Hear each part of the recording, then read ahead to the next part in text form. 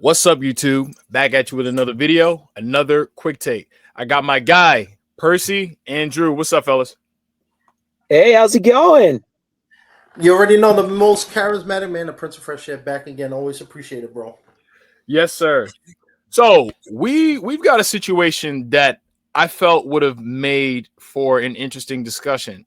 So basically, we have Clifton Powell, who recently did a series of, well, not really a series of interviews, but basically did an interview with The Art of Dialogue, which is a YouTube channel that has, different entertainers and rappers come on there. Great content, great stuff.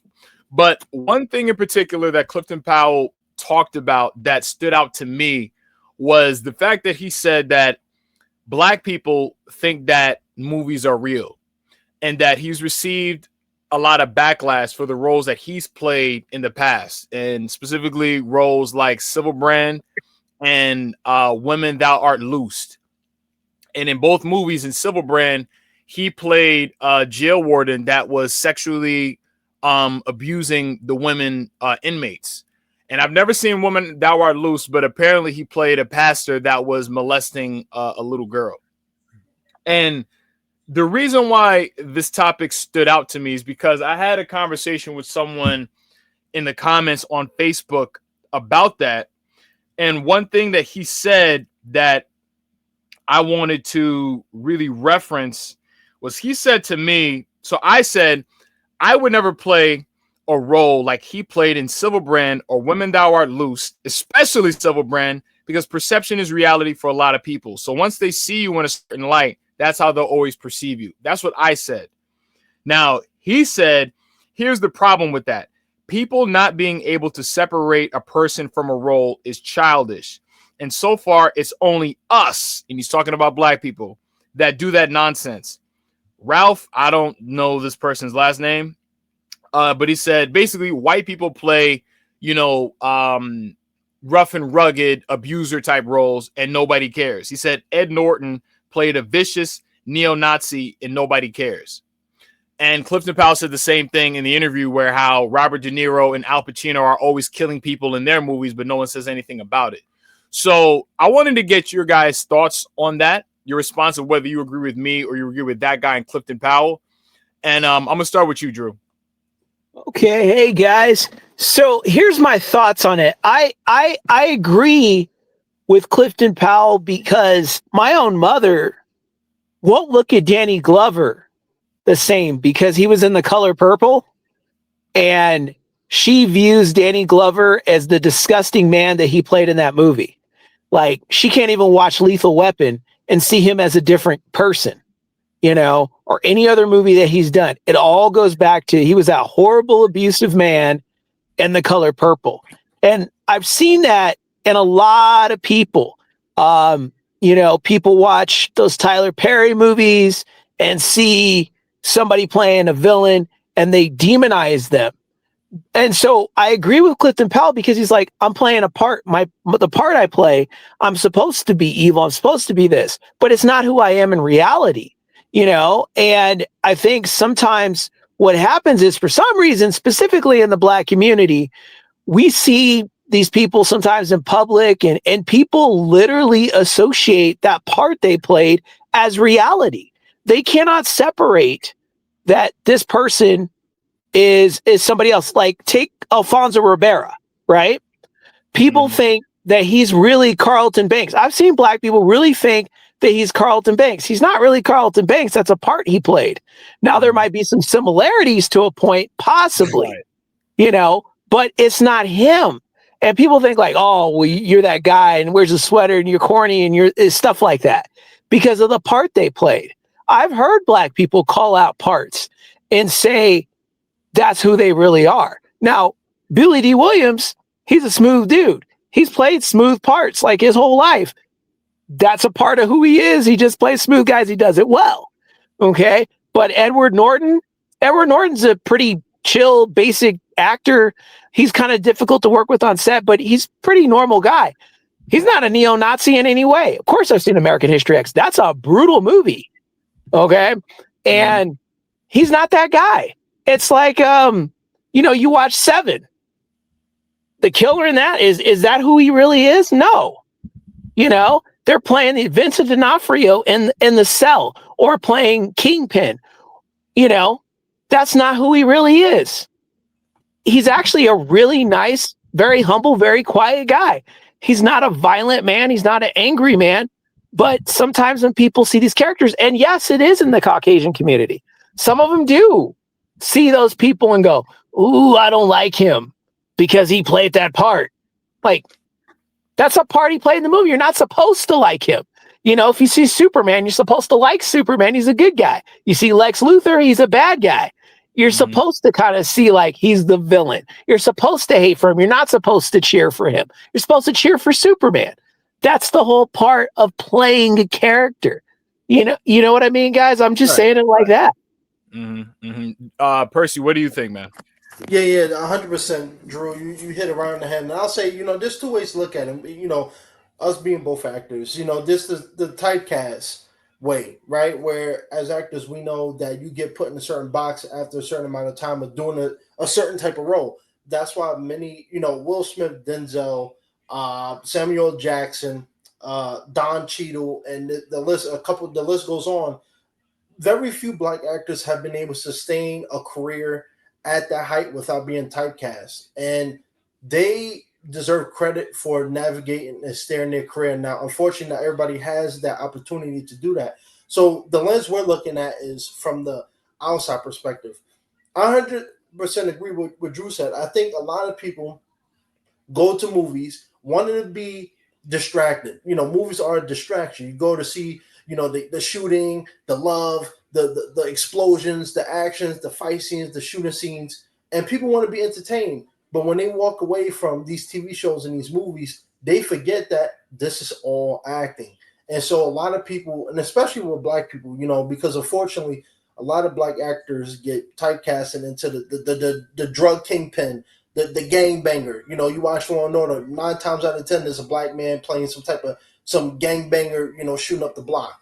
And I think for a lot of us, it is annoying, because you do these roles because these are the roles that you can get, and is able to pay for your life, help your family. But at the same time, people think that you are these characters. And in one hand, for me, I say that is a good thing, because that means you killed that role. People believed you in that role. But at the flip side too, I also think it does a big detriment, because there are certain actors, and these are actors that you see in every movie. You may not remember their name because they're just always there. But this one Hispanic actor, I don't remember his name. It's not a Don Trejo. All The he one did, that they say plays Hector in like 10 different movies. yeah, that dude. Yeah. And there's this other guy, bald head. They always play, some type of gangbanger, some type of criminal, something along those lines. And maybe they're comfortable with doing that. But I can imagine when they're walking down the street, people who recognize them is going to get scared, because they think these guys are actually living the role that they're portraying who they are on camera. And it's unfortunate that as actors that we can't just do roles and show our range and just be able to move on to the next project.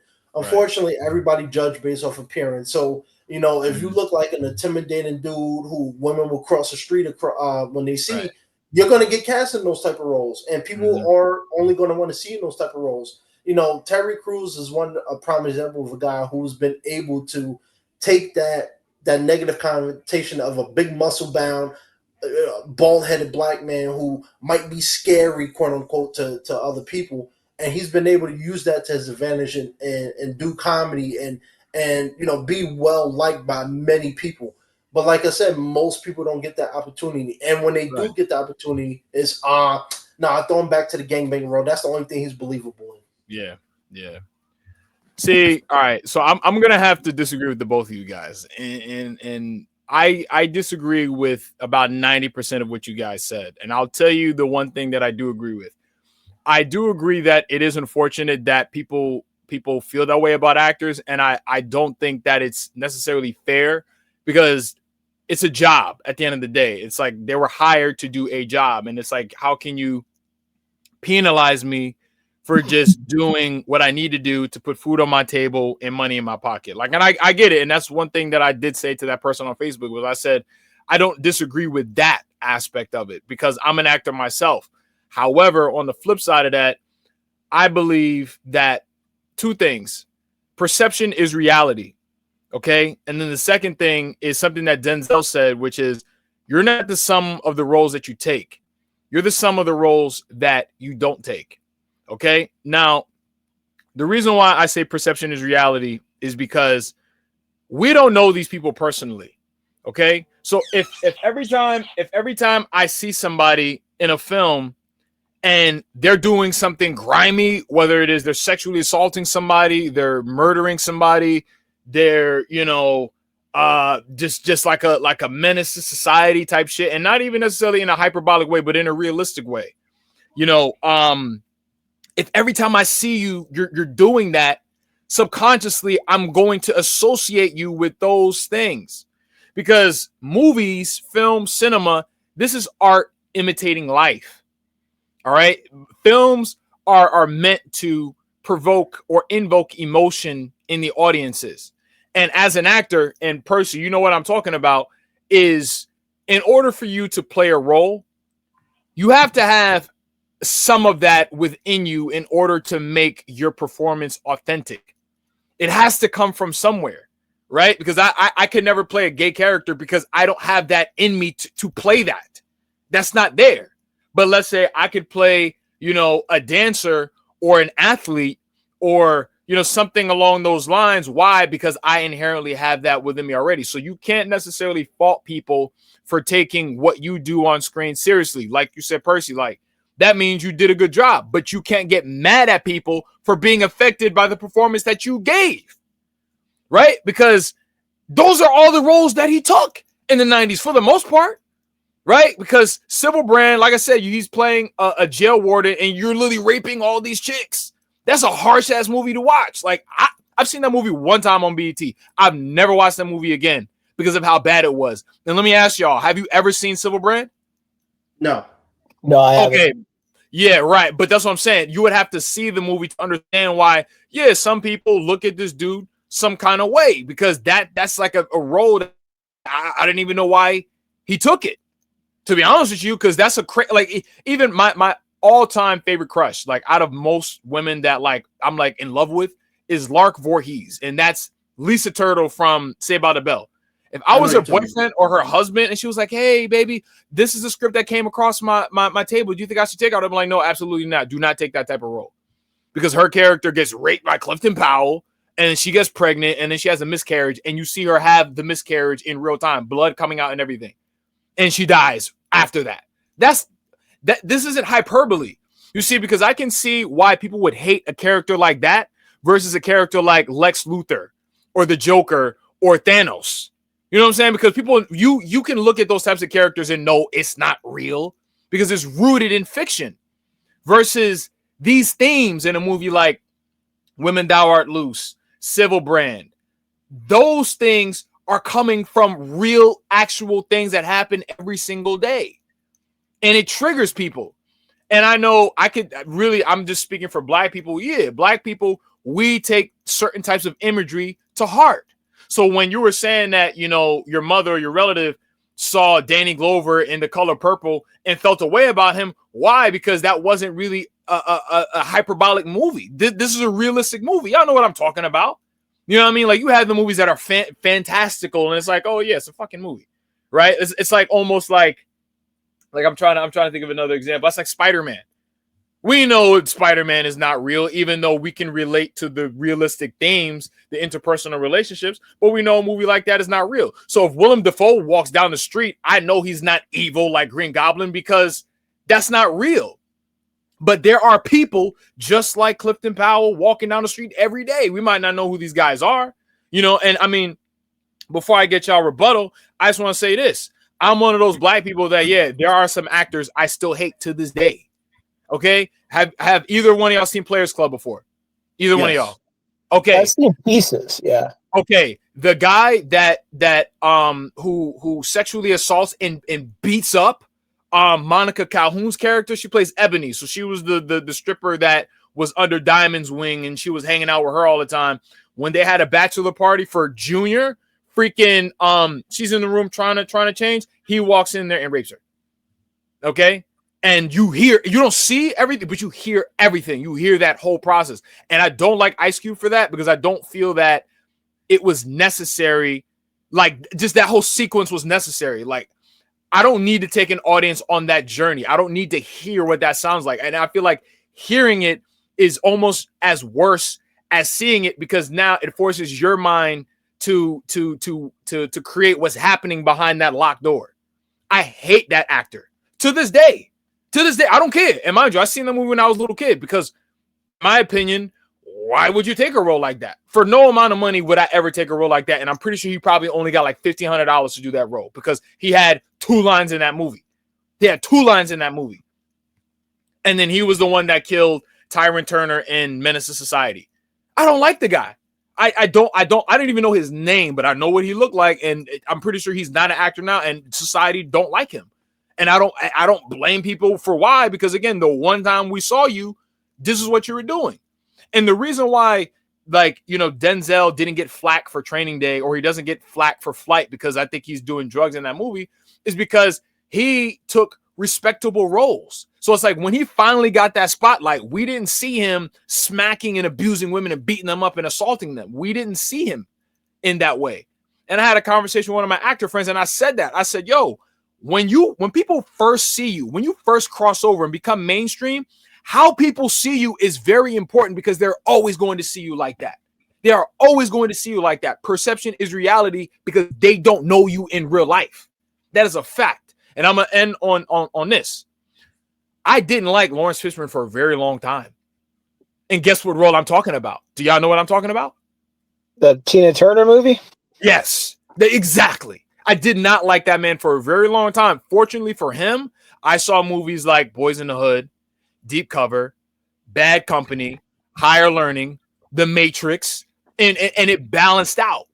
It took all of those roles to balance it out. But it's like, if the only movie I ever saw of this guy was that, and that's a movie that truly takes you, you know, on that emotional journey with Tina Turner or Angela Bassett in that movie. It feels like real life, because it's not like there's any action or comedy in that movie. It's all pure drama. And they take you on that journey where you're watching her get beat up for minutes on end. Like, it's not like he just slaps her and that's it, like they did in the 20s and the 30s. No, you see crazy shit. He even rapes her in the movie, and they show it. So in contrast to Players Club, you see him actually doing it to her. And then everyone who's seen that movie is like, yeah, that's messed up. And the majority of people who feel that way are black people, because that's who these movies were geared towards. Civil Brand was not geared towards mainstream audiences, white and black. No, this is a black movie. That's why it's in syndication or in rotation at BET, or it was in rotation at BET. Same thing with Women Thou Art Loose. Same thing, because it's a black movie, black cast, geared towards black people. Right? Same thing with, you know, What's Love Got to Do with It? Because it's a classic amongst black people. So in essence, you can't blame people for that. You can't blame people for that, especially if those are the only roles you did. Yeah, sure, and trust me, disclaimer, I highly respect Clifton Powell as an actor, but I'm just saying, as an audience member, I'm talking as a human being, as an audience member, not as an actor. I'm you know, different perspective right now. You can't fault people. You can't fault people for that when those are the roles that you've taken consistently. And he said that. He said once he took the role of Cuddy in Dead Presidents, he became the go-to gangster guy. Okay, and they were like, "Oh, so if you could do Cuddy, where you put a gun in Lorenz Tate's mouth and you said suck this," they were like, "Oh, then you could probably play this jail warden too. Instead of you doing that to him, you're gonna do that to women now." How can that's not my fault that those are the roles that you took, and you did a damn good job doing that. That's the price you're gonna have to pay, because perception is reality at the end of the day. But you know, if you guys have a rebuttal to that, you know, I want to hear it. Yeah. Do you want to go first, Percy, or me? Let me jump in here real quick. Sure. Because look, on one hand, I do agree with you. I think if you don't know the person, it is easy to judge them. But I think what's dangerous is when because this is fiction, right?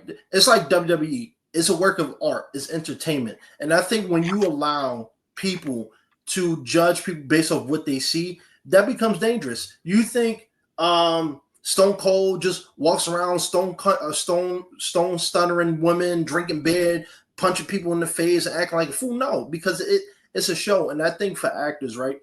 I think for me, because I just did an interview with award-winning director Jay's, and we was talking about this because as actors, you get typecasted whether you like it or not. Some people have been able to escape that, but not a lot of people are going to get those opportunities to play various different roles. So, Right. for instance, I look at it this way: when you want a suave bad boy who know how to talk but know how to fight, they call Jason Statham. If you want a big muscle bound dude who's very charismatic, chew the scenery up, you get Dwayne The Rock Johnson. If you want someone who will steal the show anytime, no matter how small or big the role is, you call Denzel Washington. Some people get called for very specific things, and they are good at what they do, and they've been able to find that niche that isn't within this realms.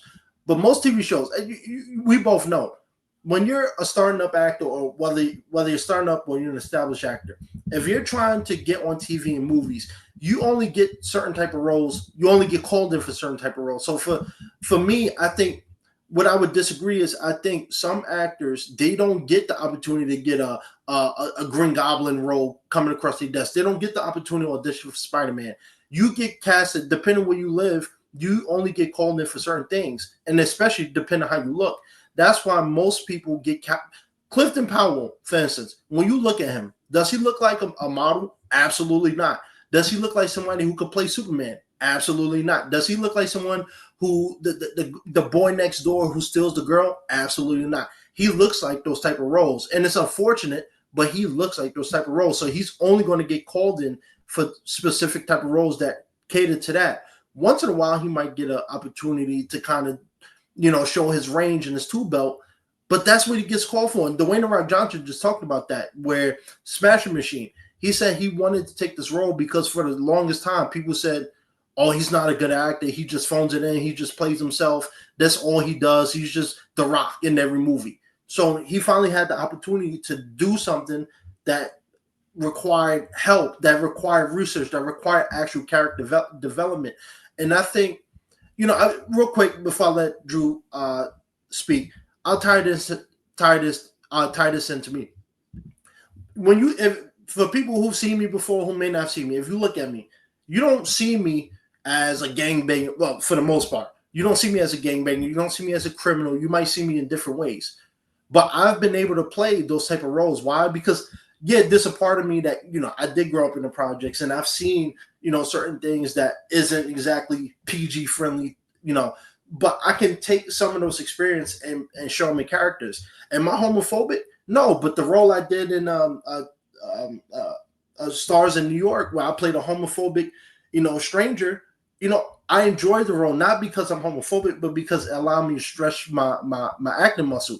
When I played real life terrorist in Accept the Call, I'm not a terrorist. I'm not trying to blow up America, but I was able to do research and find little things that I could resonate with the character and show them, not so much in the way that, because this was actually based on a true story, not the way how the FBI portrayed them, but how the actual people themselves describe them. So I think, as actors, yes, there are certain pieces of us that we take into a role to make it what we, how we would portray the role.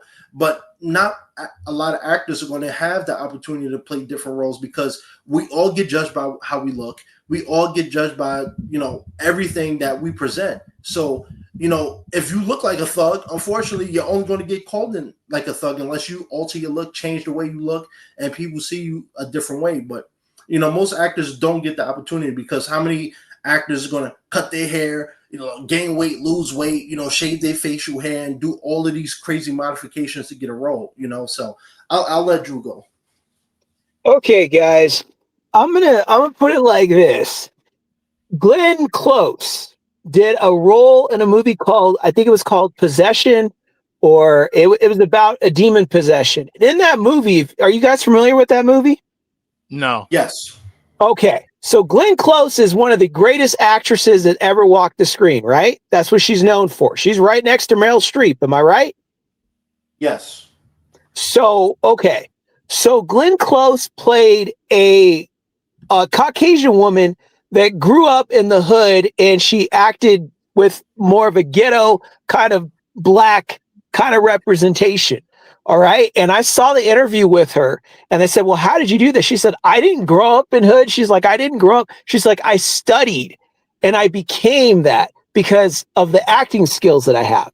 And I say that because she didn't have to get that from somewhere like that. She worked on that craft. She trained and she learned to become that person, you know?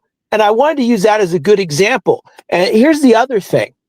Do you guys know what movie made Morgan Freeman? And this is outside the Electric Company because that was a TV show. But the movie that his first movie that he was known for, that he was like practically nominated to get like a big award for that. Do you guys know the movie? No. Was it that prison movie? No. This is way before. We're going to like the late 80s, early 90s. It was, and it starred Christopher Reeve. Was the main star of the movie. It was called Street Smart. Christopher Reeve, Superman himself, made a movie. His deal to do Superman 4 was, I'll play Superman again, but I want to do a more intense movie. So Street Smart, he played a reporter that wanted to interview prostitutes and pimps. And Morgan Freeman's first part, big movie part, was playing a pimp named Fast Black. And Fast Black actually killed the main actress in the movie. He slapped her up, he beat her up, he drugged her up, and he actually killed her in a pretty brutal way. And that was Morgan Freeman's introduction besides the Electric Company. But let me throw this in there real quick. But how many people do you think actually know that role? And what year did that movie come out? What was it? 80, 87, 89, around there? A lot of people know that. A lot of people know that movie. That movie's I might even be biased. I've never heard of that. Okay. So Dimitri, here's the thing. A lot of people don't remember Christopher Reeve as much. The person and the character they remember is Morgan Freeman when that comes up. People replay that part where he slapped her so hard, which was he hit her hard, actually for real. He slapped this woman so hard, she stumbled, and you see her stumble and have the look in her eye like she doesn't know where she is. Like, that's what he's known for, you know? And then you have, who knows Tony Todd, who just passed away? Oh, yeah, wonderful, wonderful actor. I've met Tony Todd. Tony Todd's known for playing Candyman, right? Yep. He's known for playing some scary parts. Tony Todd was the nicest, kindest, warm person. He was nothing like Candyman at all, you know, but people got that stigma about him like, oh, he's Final Destination. He's Candyman. You know, he's scary. And it's like, he's not at all. He's an actor. He knows how to play that part. He knew how to get in there and do that. Like, you know, and for a realistic twist for you, Mel Gibson played William Wallace. How many guys are familiar with William Wallace? I'm not familiar. Anybody? Okay. So the movie's called Braveheart, one of the biggest movies ever made. So William Wallace was a real person. You guys know that, right?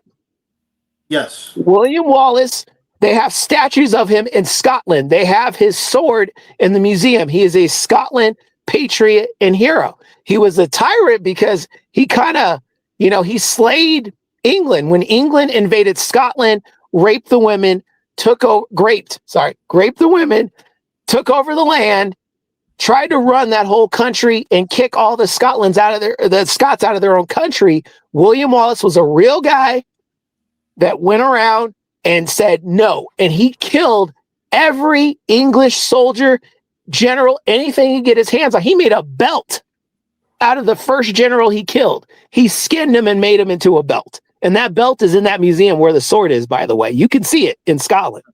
Okay. This guy was the baddest of the bad. But he's played by Mel Gibson. Okay. Mel Gibson played a real character. Mel Gibson doesn't go around skinning people, turn them into belts, and jumping in their bedrooms in the middle of the night, taking a mace and slamming their face through a pillow, which he did in the movie. Okay. Mel Gibson is not Mad Max. Okay. Mel Gibson is not Martin Riggs from Lethal Weapon. Okay. He's not. Yes, he does have some bipolar and some drinking issues, and we all know what happened with that. But I know people that have been around Mel Gibson, and they said he was real cool. He's kind of quiet, but once he gets to know you, he warms up, and he's liked by people. Even Whoopi Goldberg defended Mel Gibson because she said he's such a warm guy. He doesn't play those parts. He's not that character. He plays the part that he is given, or else he'd be driving around in a V8 Interceptor and a leather jacket and going around killing criminals just because, like the Punisher, because that's what Mad Max did in an apocalyptic future. Right. He's not that guy. So we all have to remember that they play these parts. You know, I just met Michael Ironside about 2 months ago. You guys know who Michael Ironside is? Yes. Okay. He was in Scanners. He was in Total Recall. He was in Starship Troopers. He was the lieutenant, the school teacher in Starship Troopers. I was at the Starship. Was he the one that grabbed the knife and made the guy hold his hand on the target? That's Clancy Brown. He was the one with the metal hand that was their school teacher. Okay. Yep. Okay. I got one rule. You don't do your job, I'll shoot you myself. So, yeah, Michael Ironside, he's not Lieutenant Radcheck. He is very gruff because he's from the old school.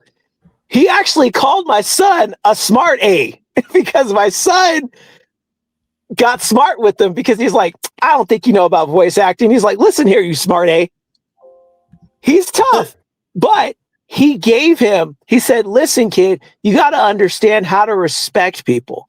And you got to understand how to grow and find a tribe. I want you to read The Boy Who Would Be King. That book right there is going to teach you about life. And I want you to respect your mom and dad. And next time I see you, I want to know if you read that book and what you learned. Okay? He's not Scanners blowing up people's minds like he did, making their heads explode. He's not chasing Arnold Schwarzenegger in Total Recall trying to kill him.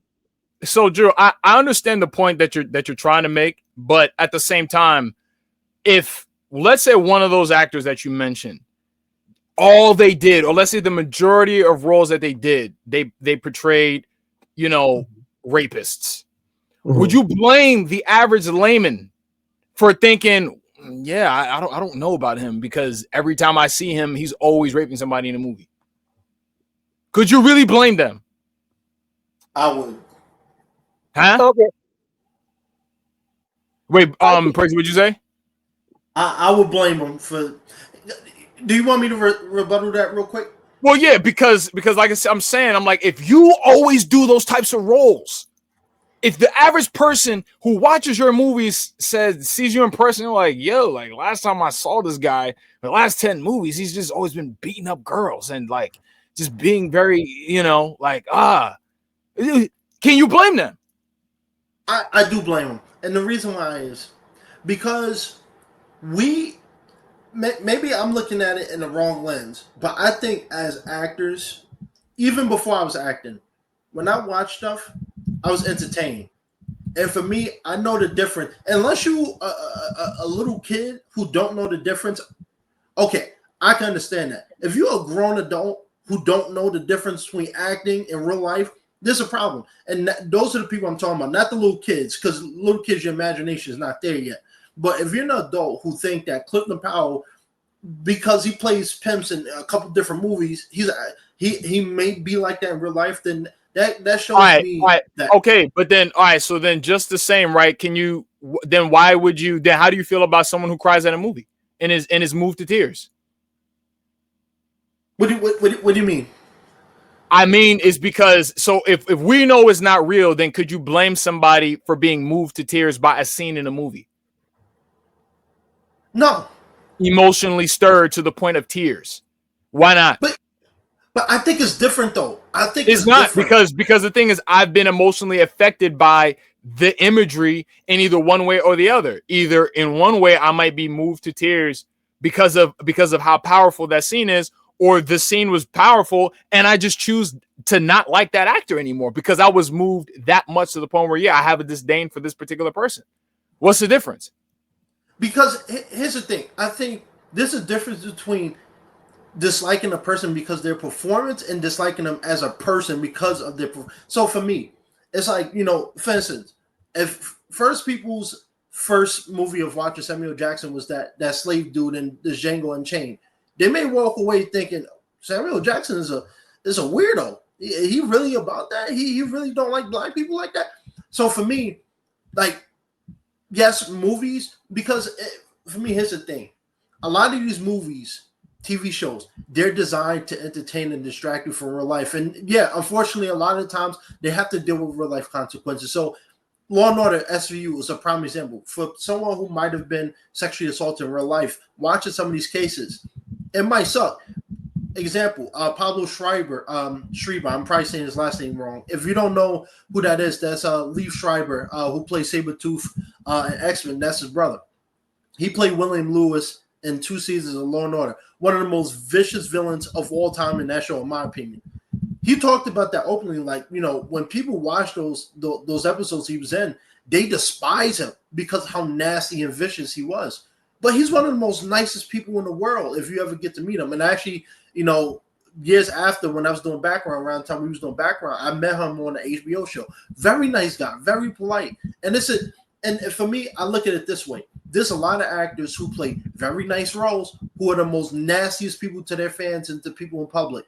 And some of the people who play the most nasty villains in movies and TV shows are some of the nicest people. And I think because so many people, when you watch a movie and TV show, this is a suspense and disbelief that you need in order to love and enjoy what you're watching. And unfortunately, yeah, some of those characters, some of those actors, they do such a good job at those roles, you may despise them. But you don't know these.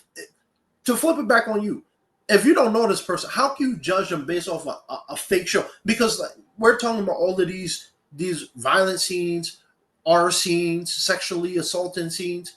Mm-hmm. But if you really think that the director, the producer, these studios really let this movie come out with this actor actually doing that, that's why I'm looking at it as people are just inherently, people like to, if they don't know you, they like to judge you based off what they see.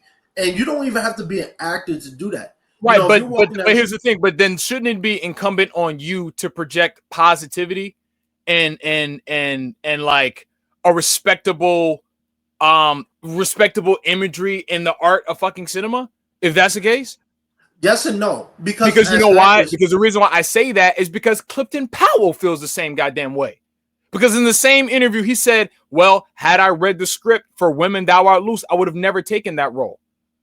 Right? Because if it's just, because think about it, by that logic, if it's just movies and it's just, make believe and pretend and all of that, then why does he feel that way? Because he knows that a role like that is not conducive to the way that he's already been perceived and in the image that he's putting out there. That's why. So he feels the same way because he said that in the interview. But you know what? I think it's hindsight 2020 because he's saying this now, pushing 70 years old. Back then, and for me, I look at it this way, and I know, Drew, you probably want to get in here, so I'm going to keep it short. As actors, we don't control the type of role. Yes, in a certain way, we do control the roles we take, but you have to be a certain level to pick and choose those type of roles.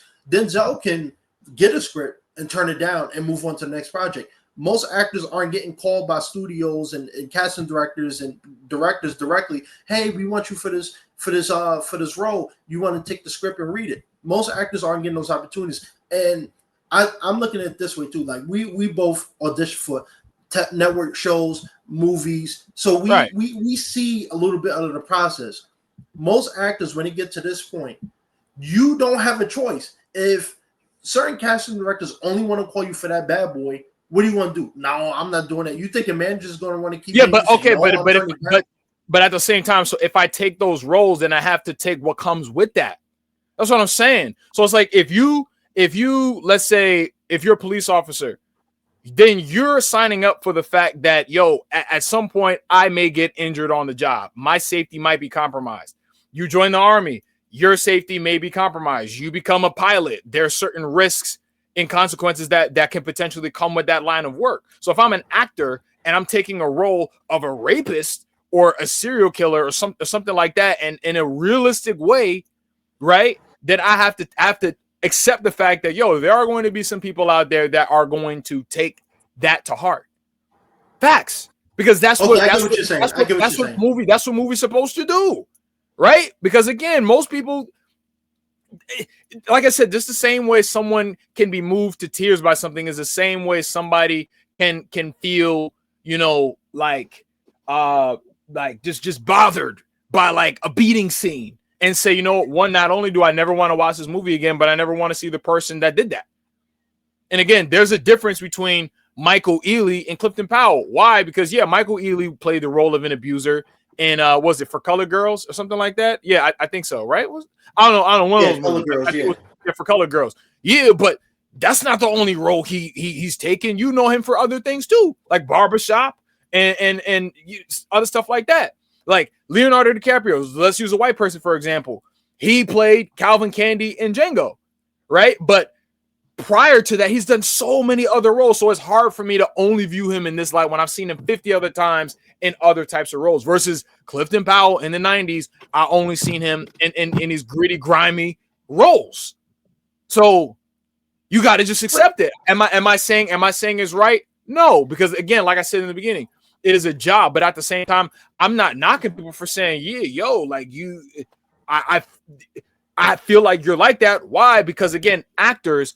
Not all, but I'm just saying it has to come from a real place in order to portray that character. I can't portray a character that I don't feel I already had in me in some way, shape, or form where I felt like, oh, okay, I can, play this character authentically. Like these words sound natural coming out of my mouth. You feel what I'm saying? It just, why? Because let's say Lawrence Fishburne said, the only reason why he was able to play Ike Turner and he turned down that role 4 times was because he, at one point in his youth, when he was 20, 21, 22 years old, he was physically abusive with his first wife. And he said he was familiar with the emotional territory that would push a man to feel like he had to be physical with his wife. So this is what I'm saying. He'd been there. So I'm not saying that they're actually criminals. No. But it's like, again, you have to be held responsible for the choices that you make of roles. Denzel said that. You're not just the roles that you take, you're also the roles that you don't take. So I'm not doing certain roles because I wouldn't want to put that image of myself out there because film lasts forever. Once it's out there, it's out there. And I can't complain about how I'm perceived when, again, I, foster that perception by portraying those kinds of roles. The nigga that played Junior in Players Club, if you're listening to this nigga, I hate you. And I always will because of that role that you took. I would never take a role like that. And I'm an actor and I'm saying that. So I know I have to put myself in those shoes in order to do a scene like that. This is the same reason why Clifton Powell said, I probably wouldn't take a role like I've taken in the past. Had I read the script, why would I want to do that? He said, I have a daughter. Even if she gets older, why would I want my daughter coming out to say, I saw your dad in that rapist movie? I'm just saying, because I see it on both sides. No, you're right. You know what? Now that you broke it down, I definitely get your point. I would just say we're also the product of our environment and the times too. Because let's be real, in the '90s, most of the movies coming out that weren't comedies, for a lot of black actors, it was those type of movies: the gangbangers, the rapists, the crime, the drug lord, the kingpin, the pimp. Nowadays in 2025, most actors, especially of black ethnicity, they have a little more flexibility in the choices of roles that they can take.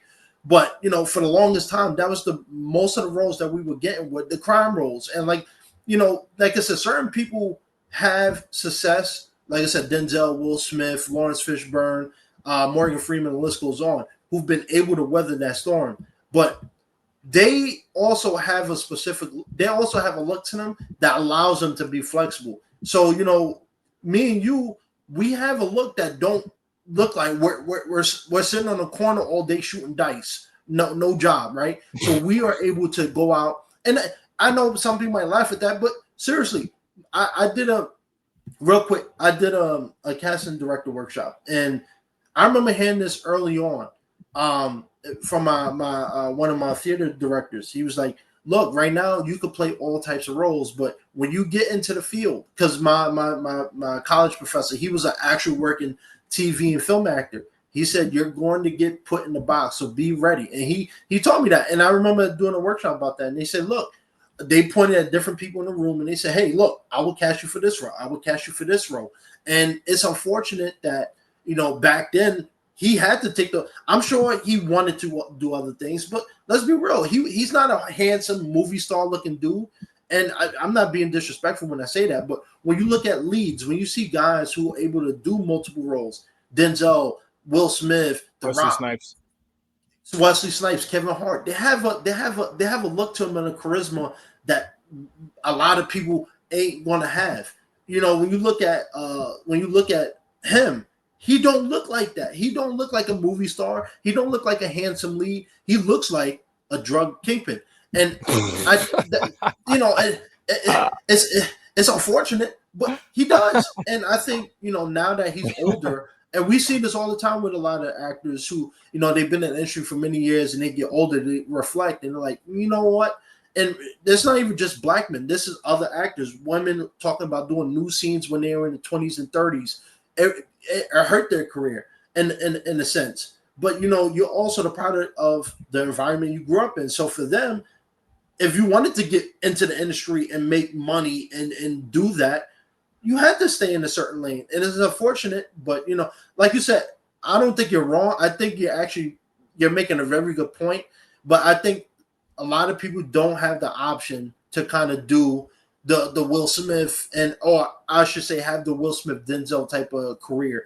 They're going to get typecasted. They're going to get called in. And you know what? They make a lot of money doing what they're doing. They don't have to work a day job. They don't have to worry about finances because they know they're going to get called in to play Hector in every movie. So yeah, but Drew, I want your thoughts, but I'm just going to say that's the price you have to pay. Period. Yeah. There's shit that comes with that. But Drew, I want to rope you back in. Here are my thoughts, man. I agree with both you guys on different points. Dimitri, I agree with you by saying that, he plays his parts and it speaks to people's psyche. And, Percy, I agree because you brought up some really good points. I'm on point with it. But the thing, Dimitri, is we got to realize that as people, as fully functioning mental, strong people, we have to be able to separate the movie from the person eventually. I could see it at first, you really felt the part. It's kind of like when you watch Rocky, you connect with Rocky, you connect with Apollo Creed. You cheer for them, you cry for them when they're going through difficulties, when like in Rocky 3, when Mickey dies, when he dies, and you're like, oh man, what's Rocky gonna do now? And he's crying and he's screaming. You feel his pain. When Luke Skywalker finds out Darth Vader's his father and his hand just got cut off, you feel Luke's crying, his emotion, his pain, to find out the galaxy's most evil person is your father this whole time. And you had no idea. And Obi-Wan Kenobi technically lied to you. Right? So your mentor lied to you, and your father is the very enemy you're fighting, and you had no idea. That's mind-blowing. And that's going to bring emotion. It's going to make you cry. It's going to make you feel something. You're going to connect with these characters. Movies are supposed to bring out emotions and feelings and make you feel strong, heroic, sad, up and down, romantic, upset. It's meant. You watch Schindler's List? Do you guys remember Schindler's List? I've heard of that title, but no, I've never watched it.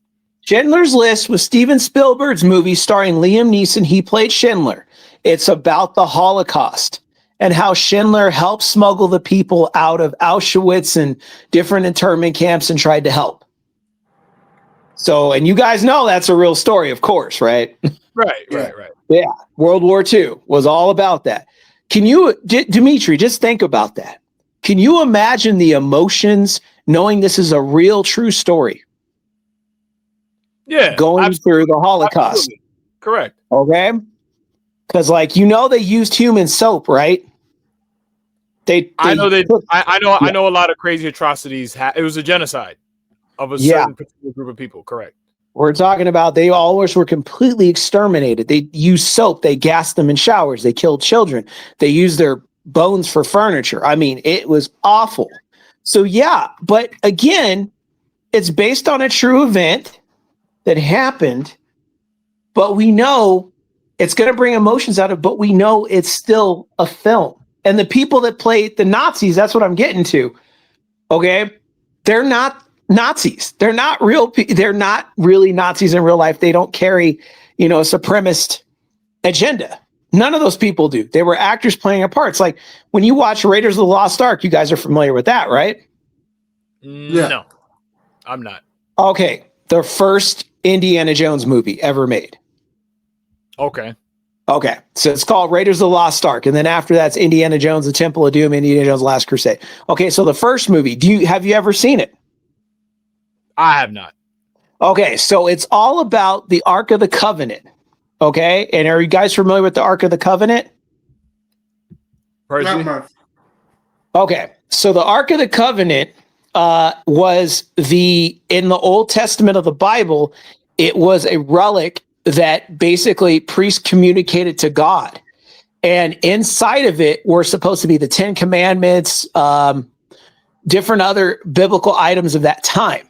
So in the movie, the Nazis, and this is a real story because Hitler was obsessed with magic, with the Bible. So he was looking for the Ark of the Covenant because the thing about the Ark of the Covenant was kind of mysterious. But what we did know was if you were not chosen to touch that thing, if you touched it, didn't matter, man, woman, child, if you were not blessed to touch that thing, you would die instantly.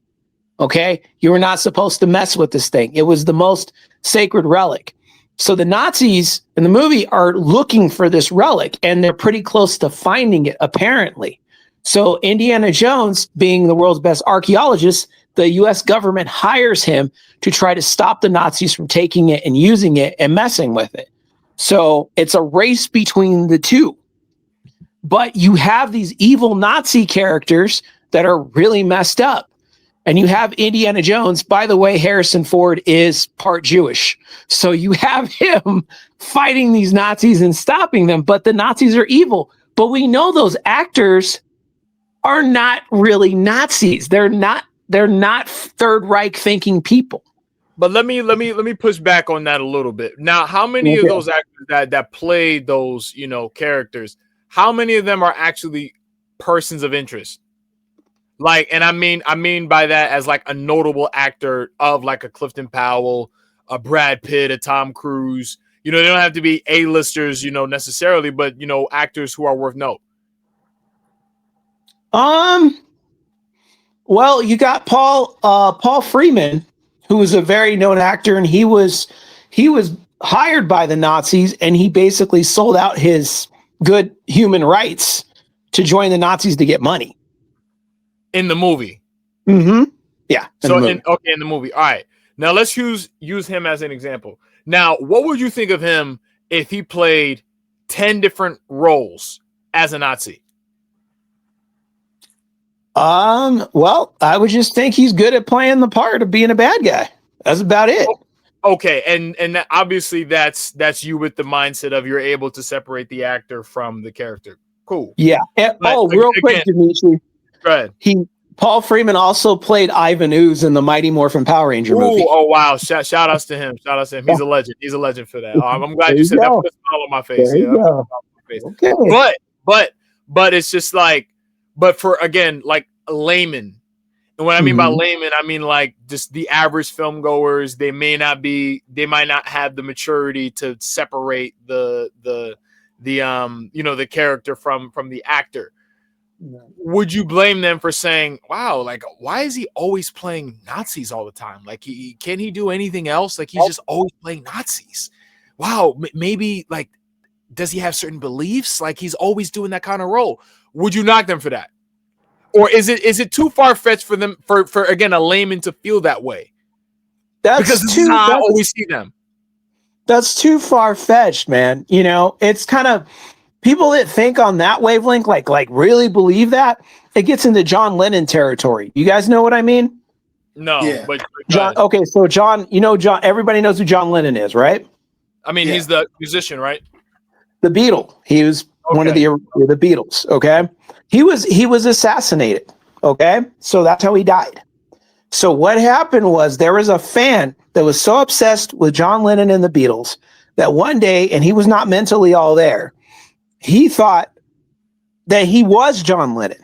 The actual this guy thought that he was John Lennon, and the real John Lennon was an imposter. So he went and found where John Lennon was living, and people come by, he signed autographs. He went over and did that, and he shot him and killed him and said, "I'm the real John Lennon." Okay, that's insane. That it is insane. But see, I like John Lennon. John Lennon was probably my favorite Beatle, I would say.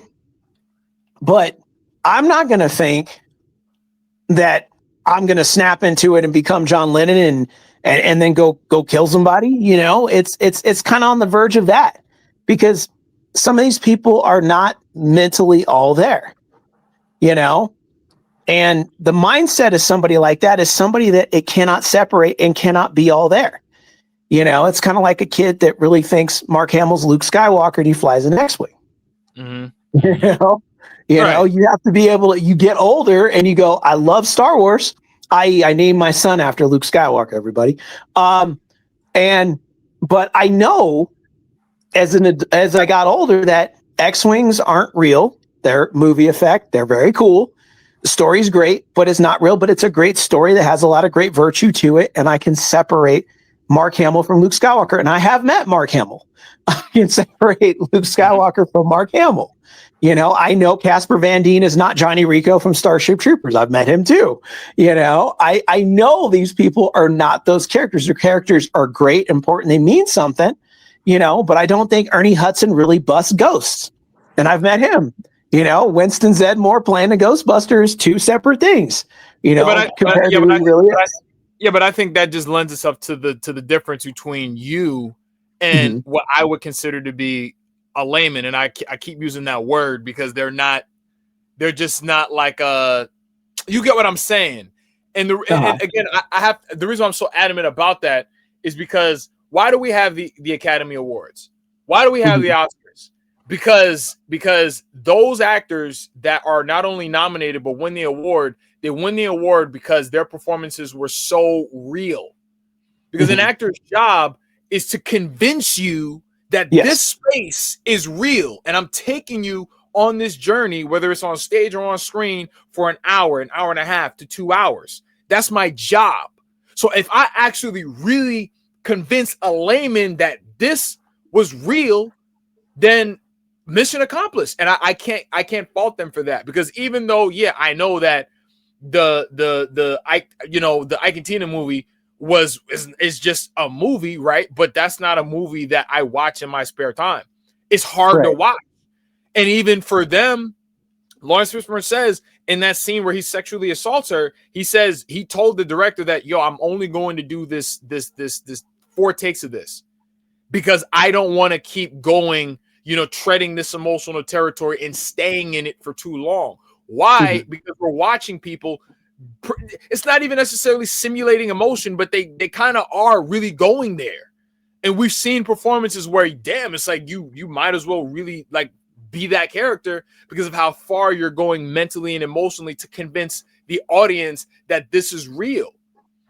And that's the cost that comes with that, because again, film is imitating life, right? And you're taking people on this journey where it's like people are sitting in a dark room in front of a big ass screen. You can't see anything but what's happening on that screen, what's being said and what's being done. And again, not everybody's like you, where you can say, oh, okay, this is just a movie, and appreciate it for what it is and say, oh, that actor, even though I hate his character, he did a phenomenal job. There's going to be people like me, admittedly so, that's going to say, fuck this motherfucker, I don't like him. I'm just saying. And again, I'm still like that now. And that's why I got to ride for them, because even though I'm an actor, I know what it's like to be an audience member. And this is why for me, I just could never do a role like that, because I know there are people out there that are going to see me walk down the street and have that image in their head, especially if they sat with that image for years before they even met me. Because this is why you see people who think that Alfonso Ribeiro is really like Carlton, because he was in their living room every night on Wednesdays for years and years and years, not to mention the amount of people that still watch Fresh Prince of Bel-Air today. And they never had the opportunity to meet him at a convention somewhere. So their only vision, or idea, perception of him is based off of that character. So when people say, hey, Carlton, how can you get mad at that? Because people have been seeing you since 1990, 1991 as Carlton every week. And that's the messed up part about being an actor, is that, of course, it's like off-putting because people are so familiar with you, but you don't know them from a grain of salt. And this is why it's important for at least for you to be portraying an endearing character. That's why I feel like it's incumbent on the artist to paint let me not say a pretty picture, but to paint a positive picture at least. Because if I'm going to be portraying a grimy character, then let there be like a grander takeaway for that character, and not people just walking away with, damn, he was a horrible person. But no, like there was a takeaway from that, because what's love got to do with it? There's a takeaway for Angela Bassett's character, but that movie made people hate Ike Turner even more in real life. And his life went downhill after that.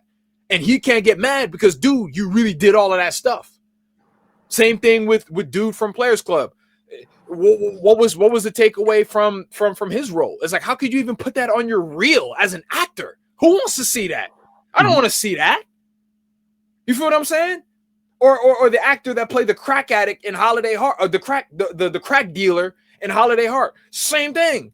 It's like, why would you even play a character like that? Not only are you abusing a grown-ass woman, but then you tried to come on to a little girl in the movie.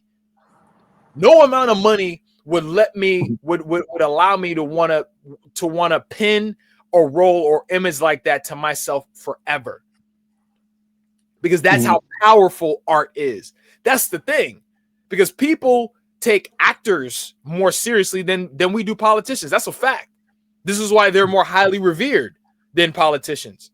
So if I'm going to be stepping into that realm where I know thousands of people are going to be looking at me, thousands, if not millions of people are going to be, listening to what I say and what I do and all of that, then it has to be positive. Because if it's not, if I take a role of an abuser for $30,000, $50,000, and you, Percy, we talk about money all the time, right? $50,000 payday after taxes. I get 50 G's. Okay. But with that, there still comes a price with that. There's still the flip side of that. The people who are going to watch me, the people who are going to see me, and they may not be able to meet me in real life, but then they're going to see me doing that on TV. And I know how that stuff made me feel when I was a kid. So why would I want to project that to other people? Because the movie might not be real, but the emotions are real. And that's why people are moved to tears in movies. This is why people will go back to see a movie multiple times, because what they felt was real. You feel what I'm saying? This is why, again, like me, as old as I am now, I don't watch What's Love Got to Do with It, because I don't like watching beating scenes. I don't watch them. I do not watch, and I've seen that movie maybe a couple of times. And then the last time I saw it, I watched it from the perspective of an actor. And I said, wow, Lawrence Fishburne did an awesome job in that movie. Angela Bassett did an awesome job where I literally felt like they were the real deal. However, the emotions is real, because the look, and that's probably what scares, that's one of the things that maybe scares me the most about that scene. And I'm gonna let one of y'all, jump in, is the look on Angela Bassett's face when she's being taken advantage of that way. And I paused it because it was that hard to watch. And I looked at her face and I said, wow, I see why he was like, yo, I'm only going to do but so many takes of this scene, because not only are you going through that, because mentally you have to get in that space as a man. Who wants to do that?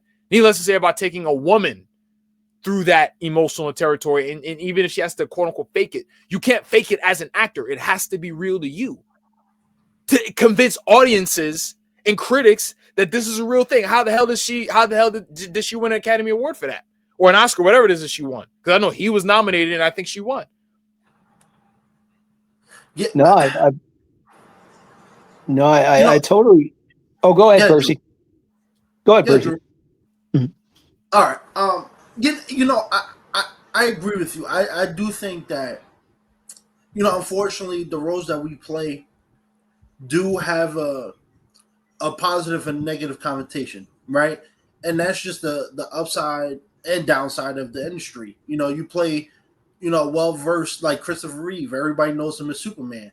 He's well endeared by the public, even in 2025. He's passed over 20 years ago. Those movies were 40 years ago. He's still well respected. But I will say this though, Philip Seymour Hoffman, he passed away like 10 years ago. He talked about this because he was one of those actors who he may not be a Will Smith name, but he was well known in the industry. And he talked about why he always played bad guys, why he always played villains. One of his famous roles was Mission Impossible 3, where he kidnaps Tom Cruise's wife and he plays like Russian roulette with the gun and all this such.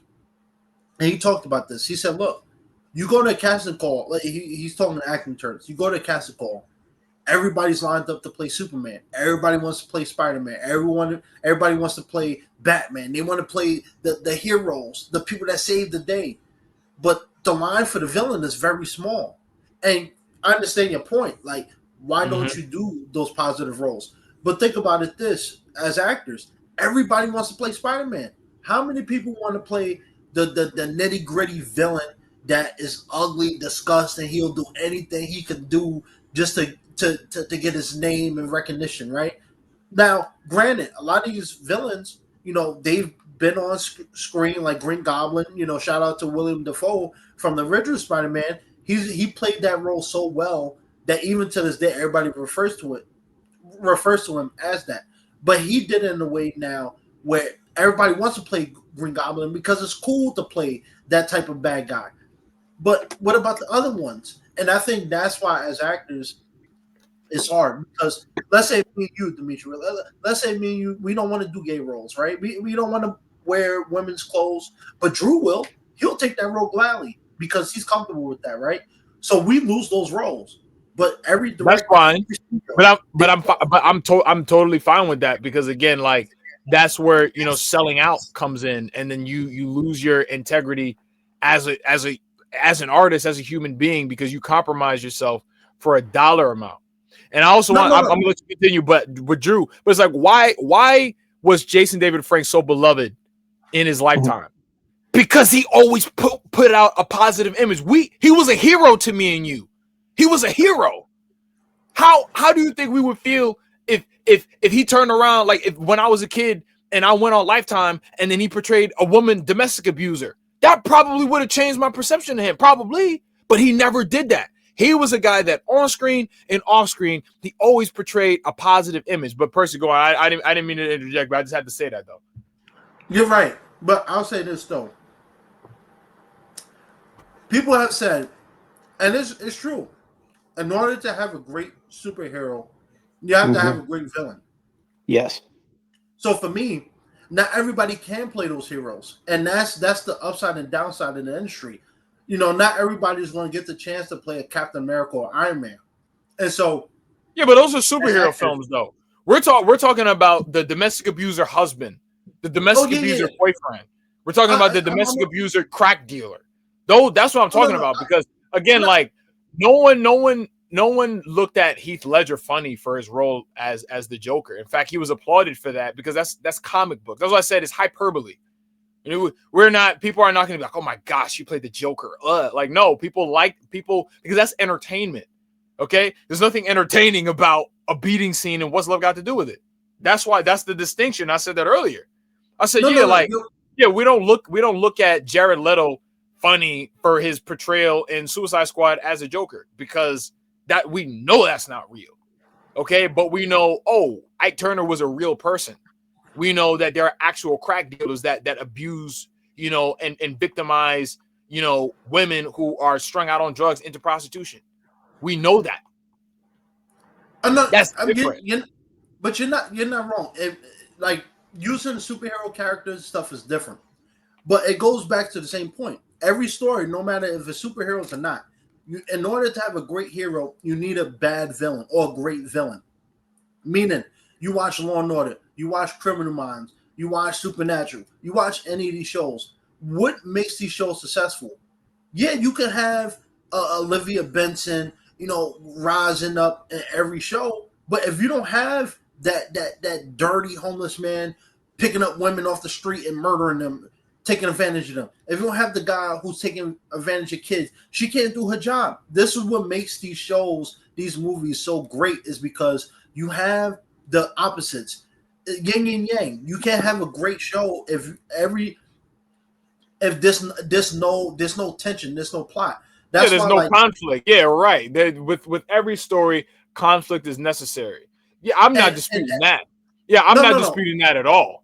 But I'm saying that if you take on the role consistently, not just once or twice, but if you, because even Lawrence Fishburne, technically, he only really did that 2 times, because in Bad Company he does put hands on the girl, but that was because they were trying to like cover up what they were doing, so he had to like punch her in the face in order for her to like pretend that she was robbed. I haven't seen that movie in a long time. Okay, but if you consistently do that all the time, my point is that don't get mad at the audience because you convinced them that you were that type of person, because you didn't just do it once, you did it over and over and over and over again. No, you're right. I'm not disputing that at all. It's like, that's why I use the WWE example. It's because WWE is the closest thing to acting there is. It's a theatrical performance, but it's still acting involved. You look at Randy Orton, he will gladly punk kick a 56-year-old in the head. Oh, yeah. John Cena, rise above. Everybody knows John Cena. Everybody knows The Rock. Everybody knows the faces. But even with WWE, just like in Hollywood, only certain people get to that point. You don't see a lot of A-list celebrities, at the top. And the ones that are at the top, they're the ones that usually get those roles. You rarely see no-name actors getting opportunities to always play different things. And that's why, for me, I was saying our looks is so important in this industry, because we all get typecast, just like the audience. And so, me, you, and Drew, we all look different. What role I would be offered will be a lot different than what you would be offered. Same with Drew. And so they will call me in for the guy who, can play the bad guy or the good guy. But they may look at Drew and say, Drew, we know you're a good actor, but, I think you're better suited as this homeless man strung up on drugs who kidnaps girls. And he has the right to refuse it. But as an actor, how many roles can you need to make money. You want to show your craft. You want to show who you are, as a performer. So yeah, Drew may not relate to the drug addict, but you know what? It's a good exercise for him to do it. He does it once. Okay, they call him back again. He does it again. And then now he's stuck in a hole that he can't get out of. Because that's what I'm saying. I'm not stepping into that goddamn hole. And even another example real quick, that's like, all right, Martin Lawrence, right? He says in interviews how he's like this laid back, quiet guy in real life, and he's not like how he is, in Def Comedy Jam and in his movies. But if people walk up to you expecting you to be lively and upbeat, can you blame them? Why? Because every time we see you, you're like, what's up? Because you portray yourself in a certain light. So you can't expect people to already know that you're quiet, introverted when every time we see you as this type of dude all the time. And I know there's a lot of comedians who are like Chris Rock is an asshole. He's not, super outgoing and stuff like that in real life. But every time people see you, you're running your mouth, on stage, motor mouth nonstop. You feel me? So there's a correlation there for what you're projecting to people. You can't expect them to run with that projection, because I'll expect you to be quiet if you're quiet like that. But if you're always outgoing, Def Comedy Jam, running your mouth, if people want you to tell a joke or make them laugh, well, it's like, yeah, because for the last 30 years of my life, I've always seen you on television, doing stand-up, laughing, joking, and doing all of that. Drew, what were you going to say? I was going to say, let's talk about JDF real quick. Yeah. Because when he came on the Power Rangers scene, he was not a good guy to begin with, remember? He was a bad guy. Yeah, but that was very brief. Because Green with Evil was what, 5 episodes? It was very brief, but it's what spoke to everybody.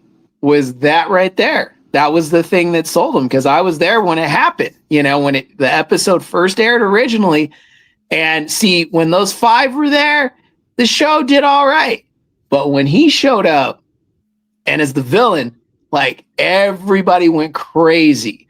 And to add on to that, because I knew you were going to say, well, he became a good guy and then he was known as the White Ranger. But yes, but let's not forget Lord Draken. Lord Draken changed the Power Ranger landscape. And what is Lord Draken? An evil Tommy Oliver. Right, but I don't think people would ever find that imagery to be disturbing the way that they would find an Ike and Tina beating scene to be disturbing. Well, no, not in that way. Yeah, that's what I'm saying. So much so that they would say, "Oh, you know what? Well, Lawrence Fishburne. Yeah, I don't know about him." But let's give another one. Let's give another one. Robert Englund. How many of you know who Robert Englund is? You guys know? I don't know. Easily. Robert Englund played Freddy Krueger. What is Freddy Krueger's story? Do you know Dimitri? No. Freddy Krueger was a child. He was a child killer and child molester. That's what Freddy Krueger was. And the story goes like this. He was going around before he became the burned up face Freddy Krueger when he was still human. He was doing that. He was killing children and molesting them. The parents found out that it was him. All the parents got together, trapped him in a warehouse and burned him alive. Okay. And then he came back in ghost form going after all the children through their dreams. Okay. Now, Robert Englund is not a creepy guy at all. He's actually very cool, but he is known as Freddy Krueger, the #1 horror character of all time. Okay, but my combat to that is he don't look like that in real life. If he, and I just Googled him right now, like his actual face. If he actually looked like the character of Freddy Krueger, I wouldn't blame people for being like, oh, god damn, yo, that's Freddy Krueger, because you actually look like that. But Robert Englund looks like a regular guy. If I saw him at Stop and Shop or the local grocery at Costco somewhere, he wouldn't stand out to me at all. But see, the thing about it was when Freddy Krueger started, he didn't look like that. He was a normal man that looked like the picture you're looking at when he was killing in the movie. kids. In the movie, yeah. Okay. Mm-hmm. Okay. Yeah, I've never seen the film, so right. And then once he gets burned and does all that, then he looks like that. But he started. That's what got him killed. He was still a man doing that stuff. See, that's the thing. It's like James Earl Jones voiced Darth Vader. James Earl Jones played Thulsa Doom in Conan, an evil cult leader that ate human flesh. That was evil to the world. He had a cult where people killed themselves at the snap of his fingers. He was the worst kind of cult leader you could ever experience. Ever. And that the thing to stop him was Arnold Schwarzenegger as Conan. Okay. But he slayed people. He killed cut her head off, stuck it on a pike. His dad was eaten by dogs. Kids were put into slavery. I see the. And that was James Earl Jones, a black man, a black character.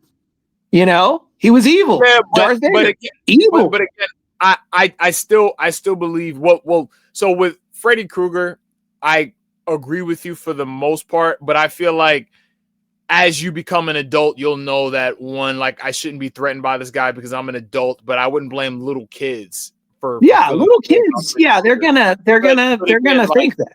Yeah, but for like Conan, okay, I don't think people would decide to hate him in real life for a hyperbole movie like Conan the Barbarian, because they wouldn't hate him for Darth Vader either.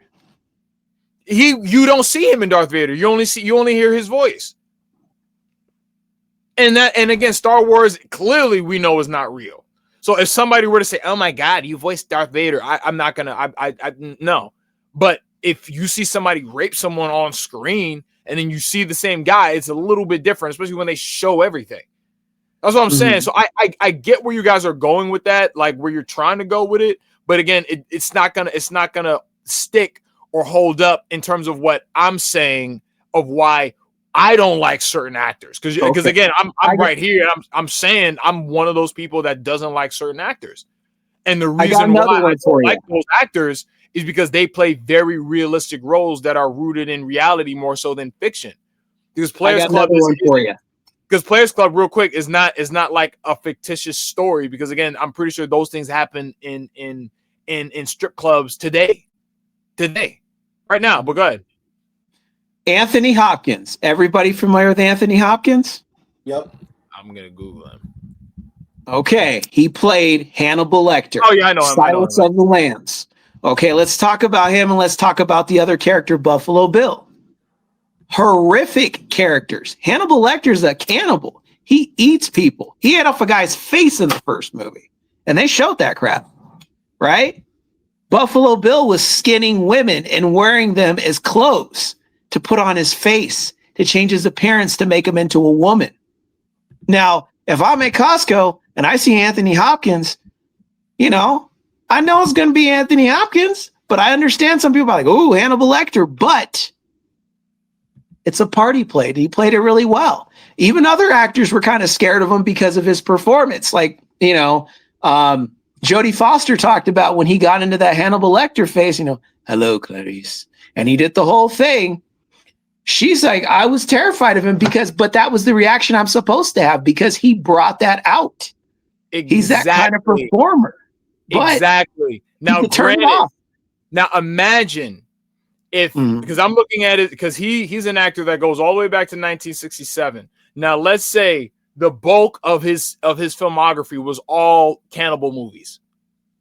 Cannibal movies. Because again, he's done a wide range of roles. I'm not going to click all of them, but I'm pretty sure the horror type genre was the lesser percentage of his filmography. But again, if he was constantly doing cannibal roles all the time, eating people, all types of crazy stuff, could you blame someone like what was her name, Jodie Foster, for saying, "Oh my gosh, like I'm a little off put by him"? Could you blame? That's what I'm saying. That's the correlation between that and Clifton Powell. That's the point I'm making with him, is because he did that over and over and over and over again. You do one role, I'm not going to be mad at you if you did it one time. Lawrence Fishburne did that once, and he did such a great job that it stuck, but he only did that once. Clifton Powell did it over and over and over again. And you want to say, oh, well, it's black people that only view you in a certain light. I want to be seen like Robert De Niro. We do, because clearly that means you did something right. But at the same time, you can't be mad at people when you did it over and over and over again. But here's the thing. Go ahead, Percy. Yeah, go ahead, Percy. Yeah, here's the thing. I think Clifton Powell, I think what he's more speaking to, and he's not going to say it directly because these people impact his jobs. I don't think he's talking about fans, because I've never heard him ever mention stuff like this before. I think for him, he's talking more about what happens behind the scenes. And look, I agree with you. I think art should be beautiful. You should be able to, show love and positivity. But, not all art is beautiful. Not every art is a Mona Lisa. And Agreed. in order for art to be beautiful, you have to have the ugly pieces. And so for me, Agreed. Like I said, I don't disagree with you. I do think, unfortunately, some actors who get stuck in that category of playing vicious bag dudes, people are going to look at them in a different light. But I will also counter that too and say, to your point, if you don't know him and all you see him on TV doing is playing vicious murderers and stuff, molesters, how can you blame him for judging them? No. But can you also look at? But you can't. But you could also say you don't know this person for real. So how can you judge them based on what you're seeing on TV? Because your art is a reflection of you. Because if we make the correlation to painting, right? And let's say Leonardo da Vinci, okay, who is considered to be one of the greatest painters of history. And let's say you go to a museum and all his paintings is of dead mutilated bodies, not Mona Lisa's, but dead mutilated bodies. What does that say about his way of thinking?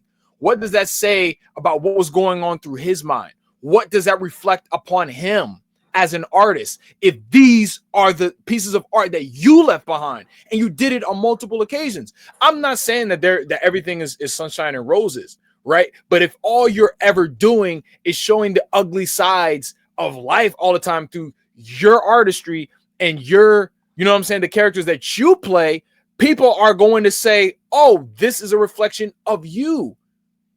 Because if all I ever do is these characters that slap women left and right, it's like, why would I want to pigeonhole myself?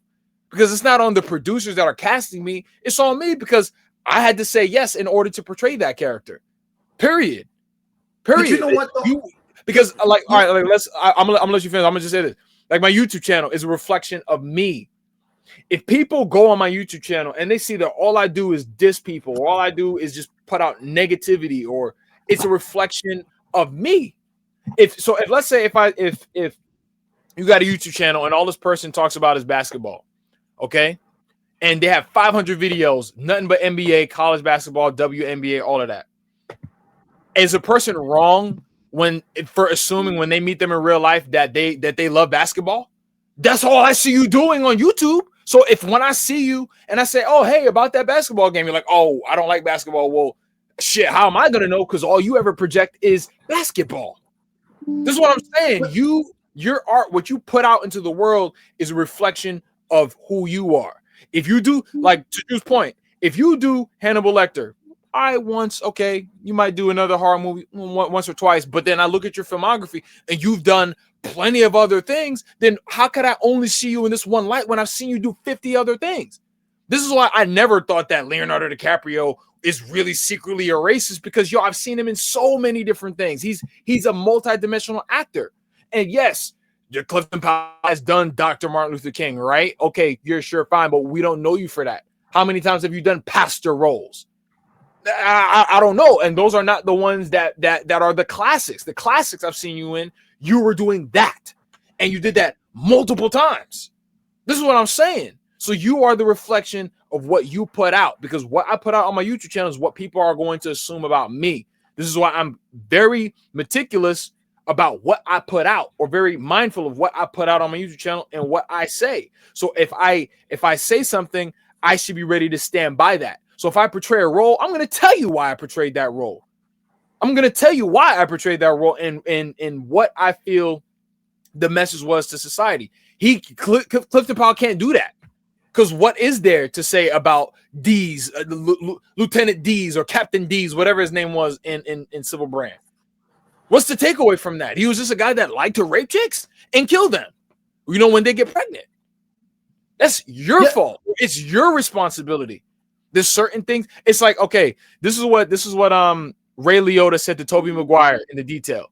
He said, you ever heard the saying, you pays your money and you takes your choice? Well, now you have. That's a fact. He paid his money and he took his choice. That's it. So I don't want to hear we're wrong for looking at you in a certain light. I don't look at Clifton Powell in a certain light because I've never seen Civil Brand multiple times. I've seen that movie once. I've never seen Woman Thou Art Loose. And the rest of his other roles were not all that. The ones that I've seen weren't all that harsh. I don't watch stuff that I don't want to see. But one of y'all can go. Yeah. I'll just say this real quick. I'll let Drew. I'll wrap my point up. You're not wrong. We're not disagreeing on that fundamental point that you should be aware when you take certain roles and stuff that you have to be conscious that people want to view you in a certain light. But I often would turn it back and say it's up to the viewer too, because when you're watching a movie, even if you take Endgame, right? Yeah, it's a fictional movie dealing with fictional characters, right? But if you watch Endgame and you walk away saying, "Oh, Robert Downey, Captain America, Captain Iron Man, these were real people who didn't deserve that," I understand there's an emotional tie to it, but at the end of the day, it's still a movie. And for me, for instance, I'll throw Brock Lesnar in there. Brock Lesnar is one of those guys everybody knows of. Everybody looks at him and think, "Oh, he's just a vicious dude, always throwing people on their head. He's dangerous. He looked like he'll just maul you." And then you watch him in WWE. He's doing things very, he's a very hardcore wrestler. But when you hear wrestlers talk about him, he's a very nice worker. He takes care of you. He actually makes sure that you're not being hurt in these matches. But when you look at it from audience perspective, you get so invested in how he does that performance that you really think he's out there hurting John Cena when he do 40 suplexes in the match. But it's hard to make that comparison to portraying a character that's committing sexual assault. That's what I'm saying. No. So that counter is going to fall flat every time. No, you're right. But also, too, I would say as people watching a product, we're not watching someone's lifestyle. We're not watching, like you talked about YouTube channel. We're watching you in real time on a real camera. When we're in the movie theater, we're watching a pre-filmed, post-edited, final cut version Yeah, of a but it's movie. still art though. But that's what I'm saying. To me, my YouTube channel is still art, or like at least like certain types of videos. Like quick take, obviously, is not necessarily art, but it's still me projecting my thoughts.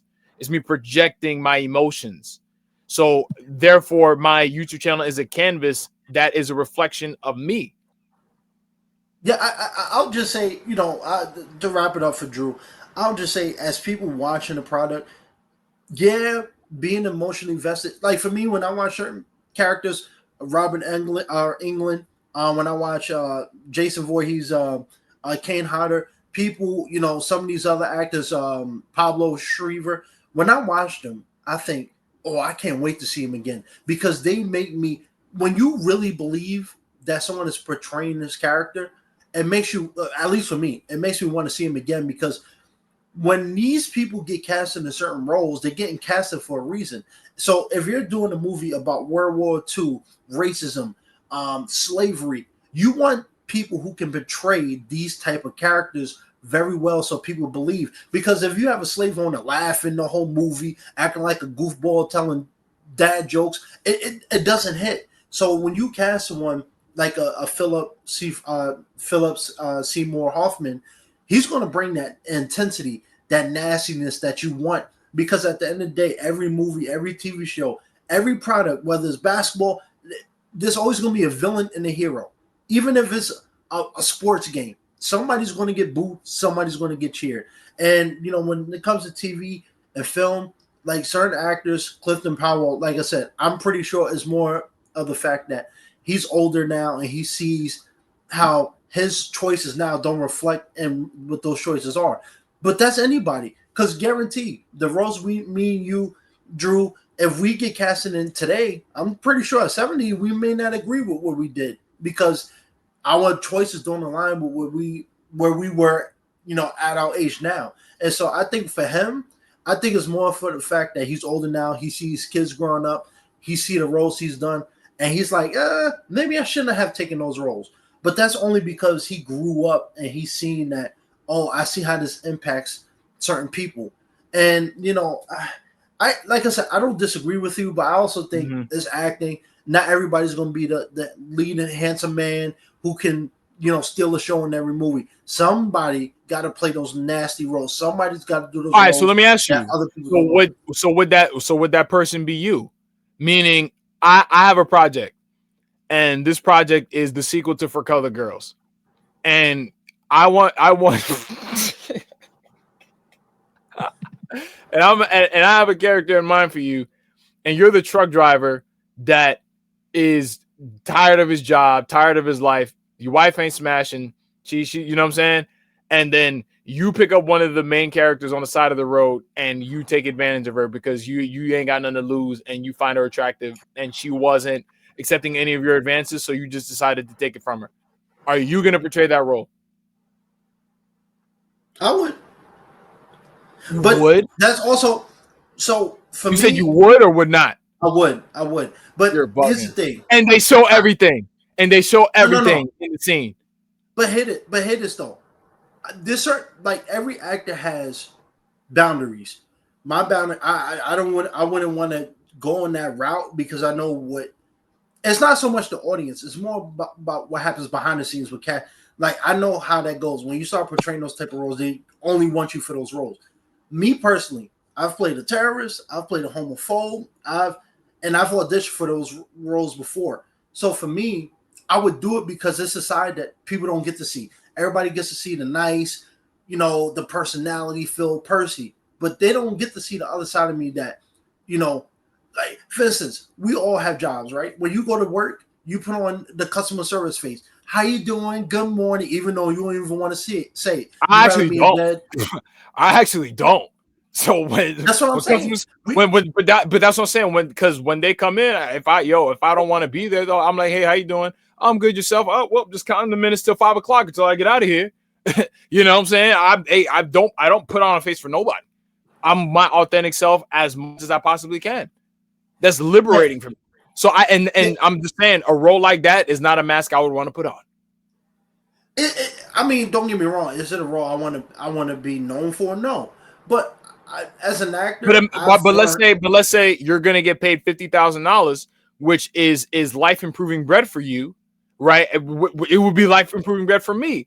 But on the flip side of that, people are always going to view you in people are always going to view you in that light. That movie is going to be a success, right? But then now people are always going to see you in that light, and the only types of roles that you're going to get are going to be along the lines of that. Are you still going to want to take that role? Probably not. Exactly. But that's the point I'm making. That's the point that I'm making, because for what you're saying, if it's just a movie and people should be able to separate you from that, then like, why wouldn't you take it? But it's not. So for me, when I'm answering this question, it's not about what the audience thinks. For me, I think as actors, we have to understand the roles we take and how you can portray right. So for me, I wouldn't be able to portray that role like that because I don't have the mental fortitude to portray a woman beating dude. You know, so but I can. But you said you would have taken it. You would have said you would have taken it like 2 minutes ago. You said you would have taken it. Full nudity.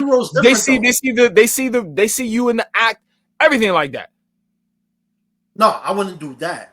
Now, if it was implied, maybe. Like for me, I look at it as I wouldn't portray a role where I'm running around the house trying to beat the woman to death.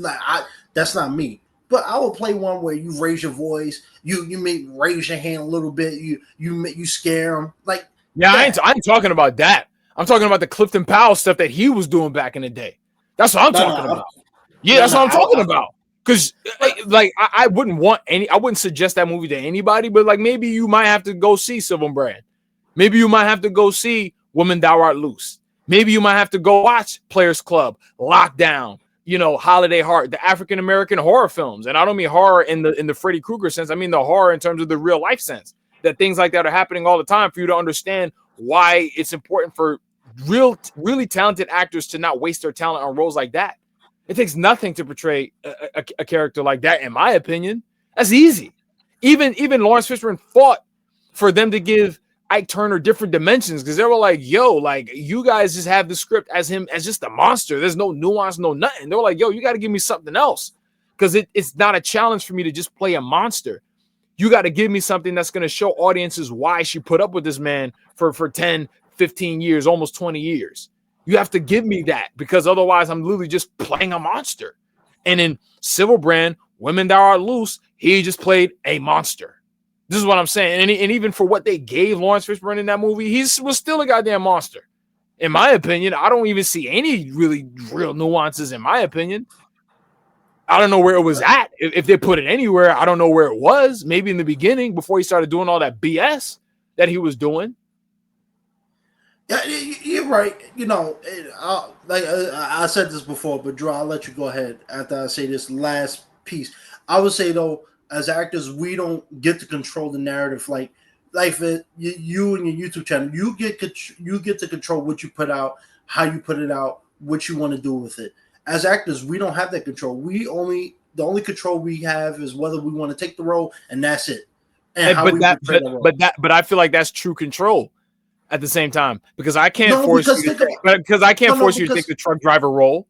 I can't force you to take that role. If I give you the script or the premise of the character, and even if you do sign up and you didn't know about it, but I'm like, all right, yeah, so today, as a matter of fact, there's going to be an essay scene, that I'm going to need you to do. It's going to be, full gritty and everything, so we can give the audience, like a real look into a woman getting victimized. You can still say no, and they'll recast the role. I'm just saying because I don't want that on me. It's like a tattoo. I don't want it on me. No, you're right, but that's what I was saying earlier. Not everybody's going to have the same opportunity. Some people can say no and get another opportunity the next day. Some people might say no, and they may not get called in for 2 years. So as an actor, you have to pick and choose your battles. And like we've heard this from many actors before. I turned down this opportunity and I never got it. I've read the success stories and the failure stories, meaning people who kind of got their name out there and then they made a wrong decision and turned down. I remember Alexa Dog. I don't know if y'all know her. She's from like the 80s and 90s, But she was talking about that where, she was riding high on her success. They offer her role in I forgot, some big budget movie. She said no because it had nudity. Okay, you don't have to do it. We'll recast. And then lo and behold, she didn't book a job for 10 years. As an actor, 10 years is a long time without no income, no Yeah, but money that could have coming in. happened whether she took the role or not. And that's what I'm saying. That's what comes with being an actor. That's real lack of control in the sense that you don't get to control what you get cast in or not. And you have to be able to live with those. So you have to be able to live with those decisions, whether she would have taken the role and done the nudity and compromised her morals, or not taking it and then still run the risk of not working anyway. So again, No, you're right. It's certain decisions that you have to be able to live with. It just seems like, again, like Clifton Powell, as much as I respect him, he just doesn't like the fact that that's just what came with taking that grimy ass role.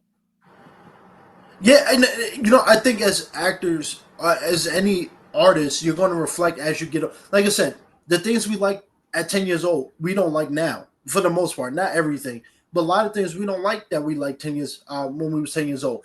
Where we are now, 45, we may not like the same things. So I think for him, he grown up, things change, circumstances change, and this happens for everybody. You get older, your perspective change. You might have a family now. Your priorities change, and you don't really care so much about doing the pimp roles anymore.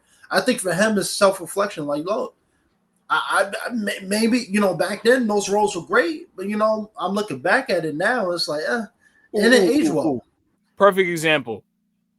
You came to see me perform back in February when I was doing that Olympic play. You remember that, right? You came and saw it, right? Yeah. You remember the scene where things get heated between me and my wife in that scene, right? Yep. And it gets physical because she hits me, right? And then even him, the character John, he gets, like riled up to the point where it looks like he's about to get physical with her, okay? And I seen that in the script, or at least when we were going through the blocking of the scene, like I knew what was implied by that, right? But after she slaps him, does he get physical with her? No, he walks all the way around, pretty much to the opposite side of the stage, and from that moment forward, afterward, there's no doubt in anyone's mind in that audience that my character did not love his wife. And that to me was the most important thing. And that was really what me and the actress we talked about, was that like we want to show that, they love each other. And it's not that we're just at our, each other's throats the entire time, or she's at my throat the entire time, because we have multiple arguments in that play, And so I'm fine with a scene like that, where like, yeah, my character is human and he might contemplate taking it there, but ultimately he doesn't, in favor of being a man and saying, you know what? Let me get my point across verbally to her, instead of her slapping me. Then I'm gonna just literally just let my hands go, and tee off on her like I'm in a boxing ring. And I'm pretty sure if that was the case, I would have literally put my foot down about that and had that shit taken out. Because why does the scene like that need to be in there? Do we really have to take it there in order to get that story across to the audience? In terms of the Ike and Tina story, well, yeah, because that's what happened. So they kind of had to do that. But in certain other films, we don't need to do that. Like, I don't want to, first of all, I don't want to go there. And I don't think the audience needs to be taken there in order for them to understand what's happening here. Oh, I don't disagree with you that there's certain times and projects that they do go a little overboard with sexualized scenes or rape scenes and all that stuff. I'm not disputing that, but like I said, probably said, like you'll notice if you talk to Casey, if you talk to one agent or manager, one of the things they will do before anything is you'll ask them, what do you see me as, and they'll tell you what I see you as, because they know that. Yeah, in theater, you can, like I said, I was Shakespeare trained. I was doing all types of roles in Shakespeare. But I know as an adult now in the entertainment industry, they're not gonna always cast me in the same way that the local community theater or even a professional theater might, because their guidelines is a lot different than film and TV. Because film and TV, if you don't look like you could play Captain America, you're not sniffing anywhere near the audition. So, like a Clifton Powell, that's what I was saying before. He's not a handsome dude looking like Will Smith. He may be very charismatic, but he could turn down these roles, but a lot of times he don't have any control if he gets casted at anything. He might audition. So let's say he turned down that role we are talking about earlier. Okay, he says no. He auditioned for another role. Let's say he's playing the janitor. Nah. You know what? Let's do this. How about we would like to cast you as maybe the pimp. I don't want to do that either. Okay, he moves along. And it just keeps happening. Why? Because they judge you based off what you look like. Everybody does it before you even hit the screen. Or what they've seen you as. What they've seen you as before. Because, you know, Christopher B. Duncan, who played Braxton on the Jamie Foxx show, he played a gangster in Original Gangsters, but everybody only saw him as Braxton. Even to this day, he says that black producers, they be like, yo, Braxton, that's Braxton. He's like, yo, that's not me. Why? Because we've seen you as this guy for many years doing the same thing over and over and over again. Because they did like 6 seasons of the Jamie Foxx show. Perception is reality. Unfortunately, it's not fair, but that's just what it is. And not to say that Braxton is a bad role, it's a great role. But even if you do the opposite and you go in a different direction, the complete 360 and countercast yourself, it still don't even matter. Because when you first get that spotlight, that's how people see you. So it's not even just what you look like, but what does your previous work look like? Because, right? Because you get a reel, that's what you send out. And if your agent tells you, oh yeah, I want you to put that SA scene in the sexual assault scene in there, you know, because that's a powerful scene. Yo, they're gonna be like, yeah, I don't want that guy to be a doctor. That's a little no, because perception is reality. But Drew, you know, roll back in there, man. Yeah, no problem, guys. So I want to introduce you to an actor named Roscoe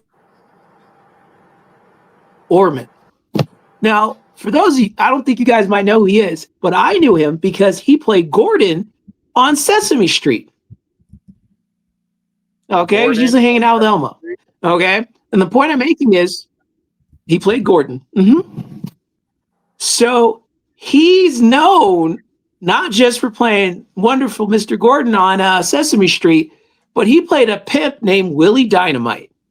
And Willie Dynamite was an awful pimp that did some awful things and wore fur coats everywhere he went with the giant hat.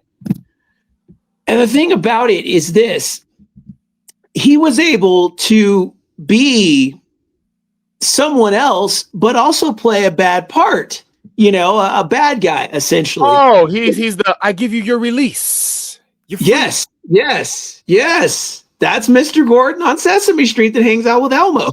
Yeah. But again, how many Willie Dynamites did he do after that? He only did the one movie. See what I'm saying? See what I'm saying? That's what I mean. If you do it once, twice, okay. Terrence Howard did Hustle and Flow. He was a pimp, right? But we don't look at him as that because he did that one time, right? How do you think we would perceive Wesley Snipes today if his whole filmography was a bunch of New Jack Cities after that?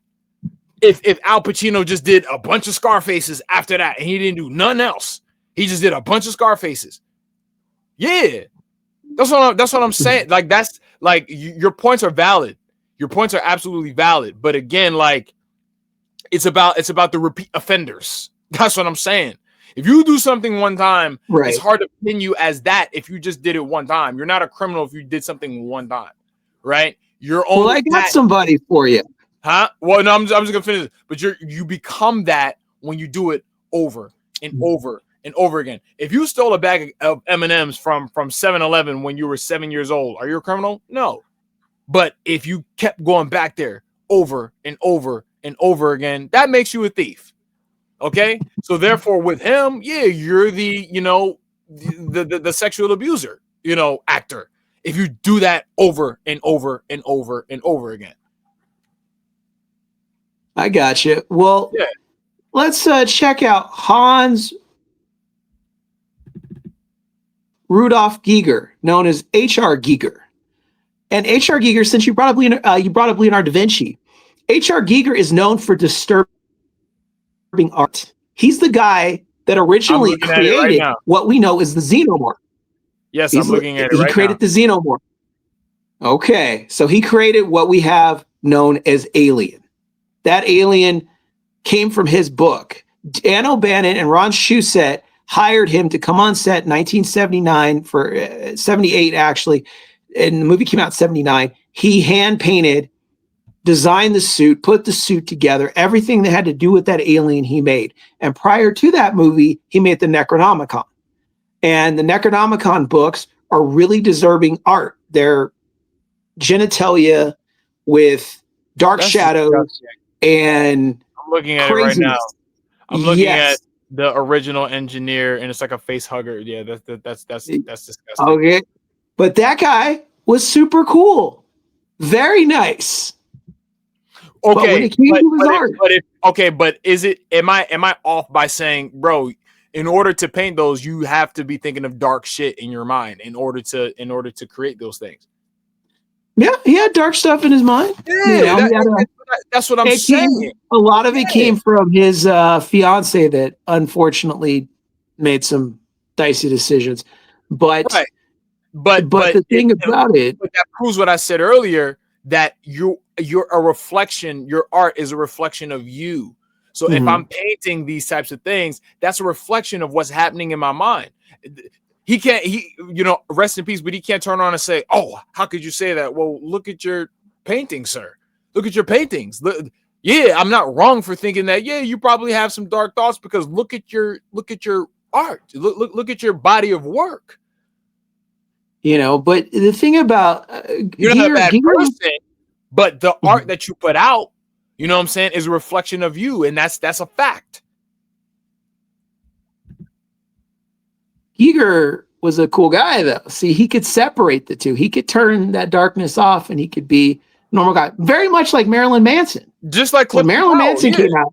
Clifton Powell's like that too. When Marilyn Manson came out, people said he was the Antichrist. When Alice Cooper came out, when Ozzy Osbourne came out, Black Sabbath, and they hit, and they did Paranoid and everything, and they came out. Ozzy Osbourne was known as the Prince of Darkness. He was known for being this evil musician, but he was actually really cool. Alice Cooper plays golf and wears golf pants. He's not always walking around in the dark stuff. They could separate the two. Marilyn Manson, actually one-on-one, is interesting and cool, but they play this part when they're on stage, or this character like Gene Simmons and Kiss. They play a character, and when it's off, they're smart, intelligent, not like what you would think at all. But they just play the part. I don't disagree with you, but looking at Marilyn Manson, because I haven't seen what he looked like in a very long time. I had to Google him just to get like an idea. But again, just looking at him, just some of these pictures, it's like you can't be mad at people for saying I don't know about that guy because of what he projects out there. Especially if I don't know you like that, if I never met you and have time to be around you. He was a shock rocker. He looked like a horror movie character. You see what I'm saying? And again, that's based off of what your artistry, and part of your artistry is your personal style. Because to me, I feel like what you wear every day, depending on how like stylish you are, that could be art in itself. Because you're putting different pieces together. That's what I'm saying. Right. So I'm not saying that Clifton Powell is really like that in real life. I'm not saying that Marilyn Manson isn't a cool guy, but you can't blame people for being off-put by the way that you present yourself, your artistry. That's a reflection of you. So if someone assumes, okay, his skin is super pale, he's got like this bright blue eye, one dark eye, like he's making these scary faces, scary makeup. If anything, he'd be honest by saying, I see why people feel that way. I'm not that, but I see why people feel that way because my art is a sector of who I am. It comes from within me. You feel what I'm saying? I feel you.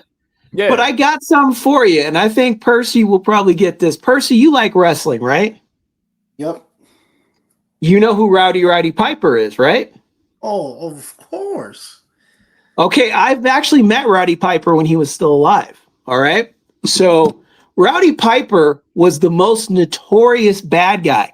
This is a man that would purposely go out of his way for his acting and performance to make people more than mad. He showed up in Mexico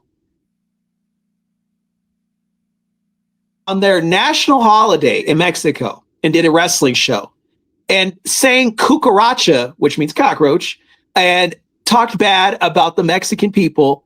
And they threw things, and he actually got stabbed. Okay.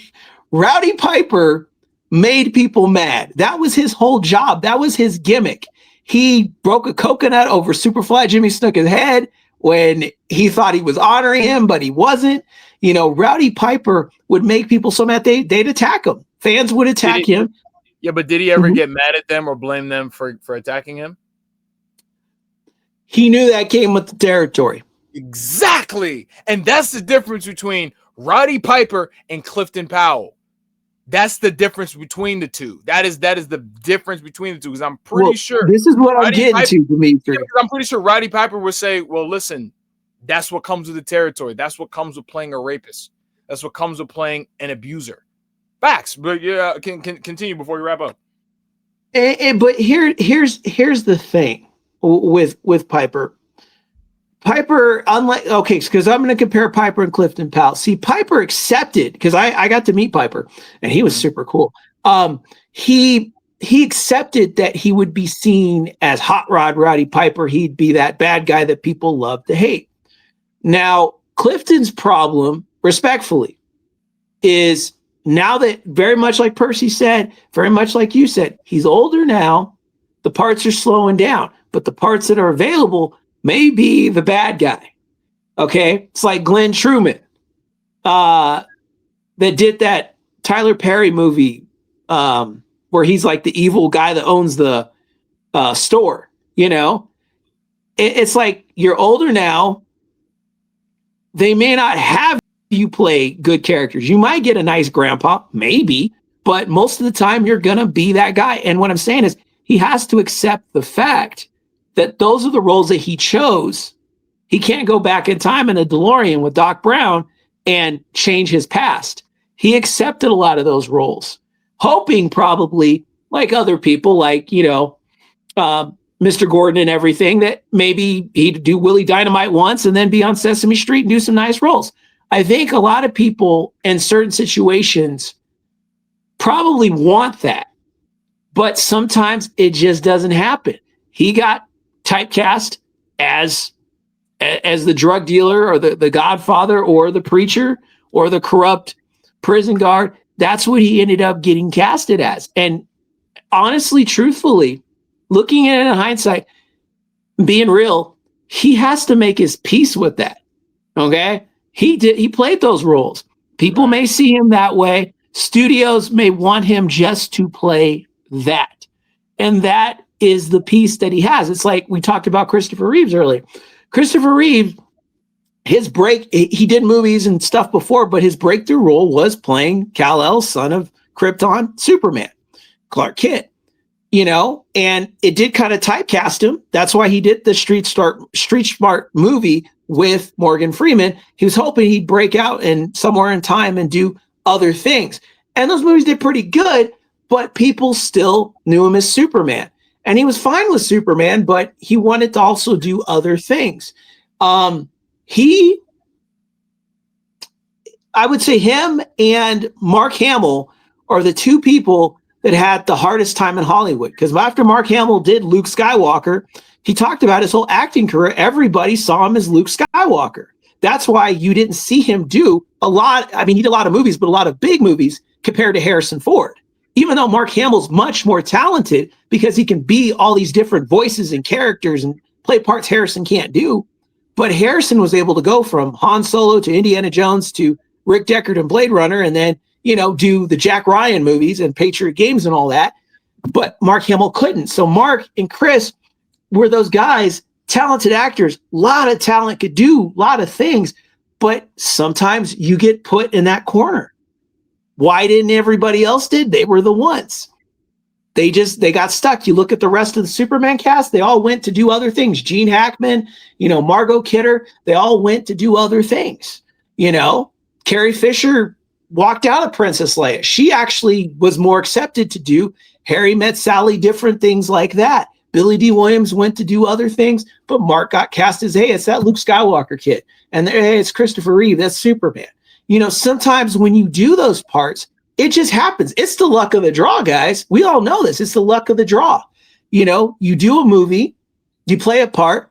Sometimes you do numerous things of different variety of acting parts. And some people, they just get stuck in that part. You know, they always want them to play the bad guy. And sometimes they get a chance to play something different and people can't accept it. Let's talk about that. That's something I don't think we got to. Sometimes they get that role or something like it, but then people can't accept it.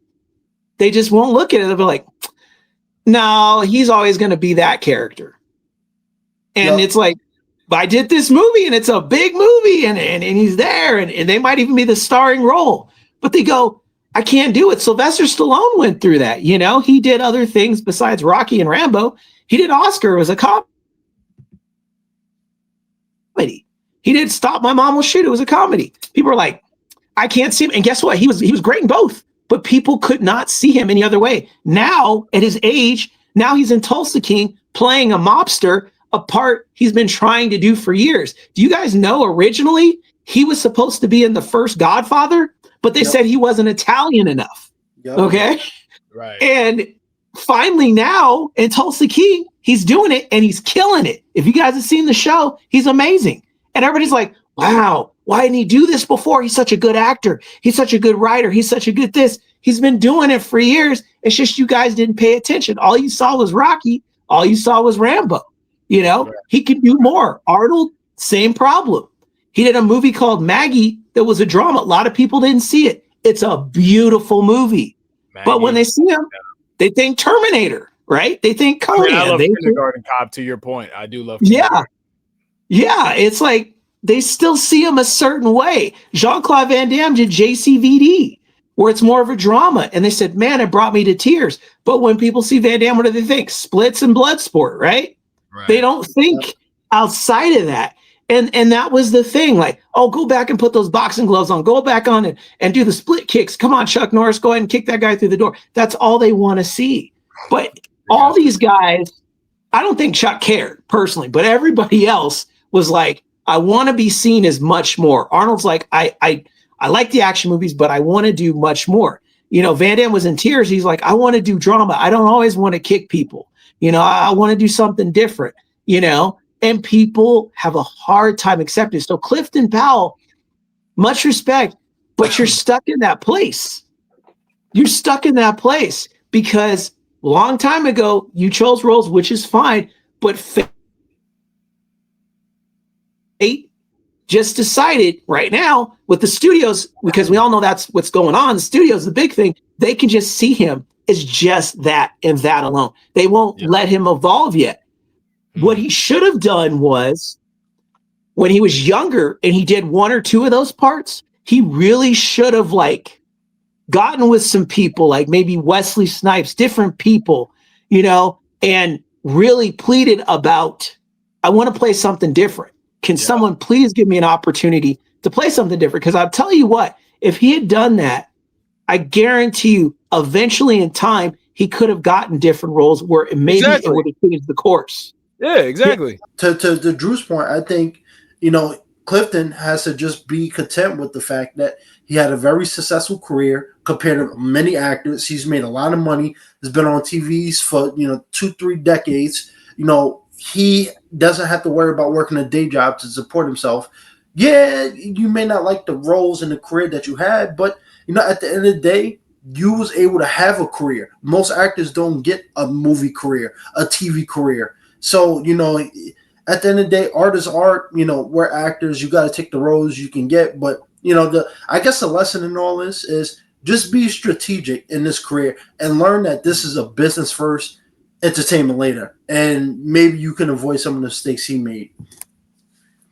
On that note, what are your thoughts? Please be sure, as always, to like, comment, subscribe, and I will see you on the next one. Peace. Peace.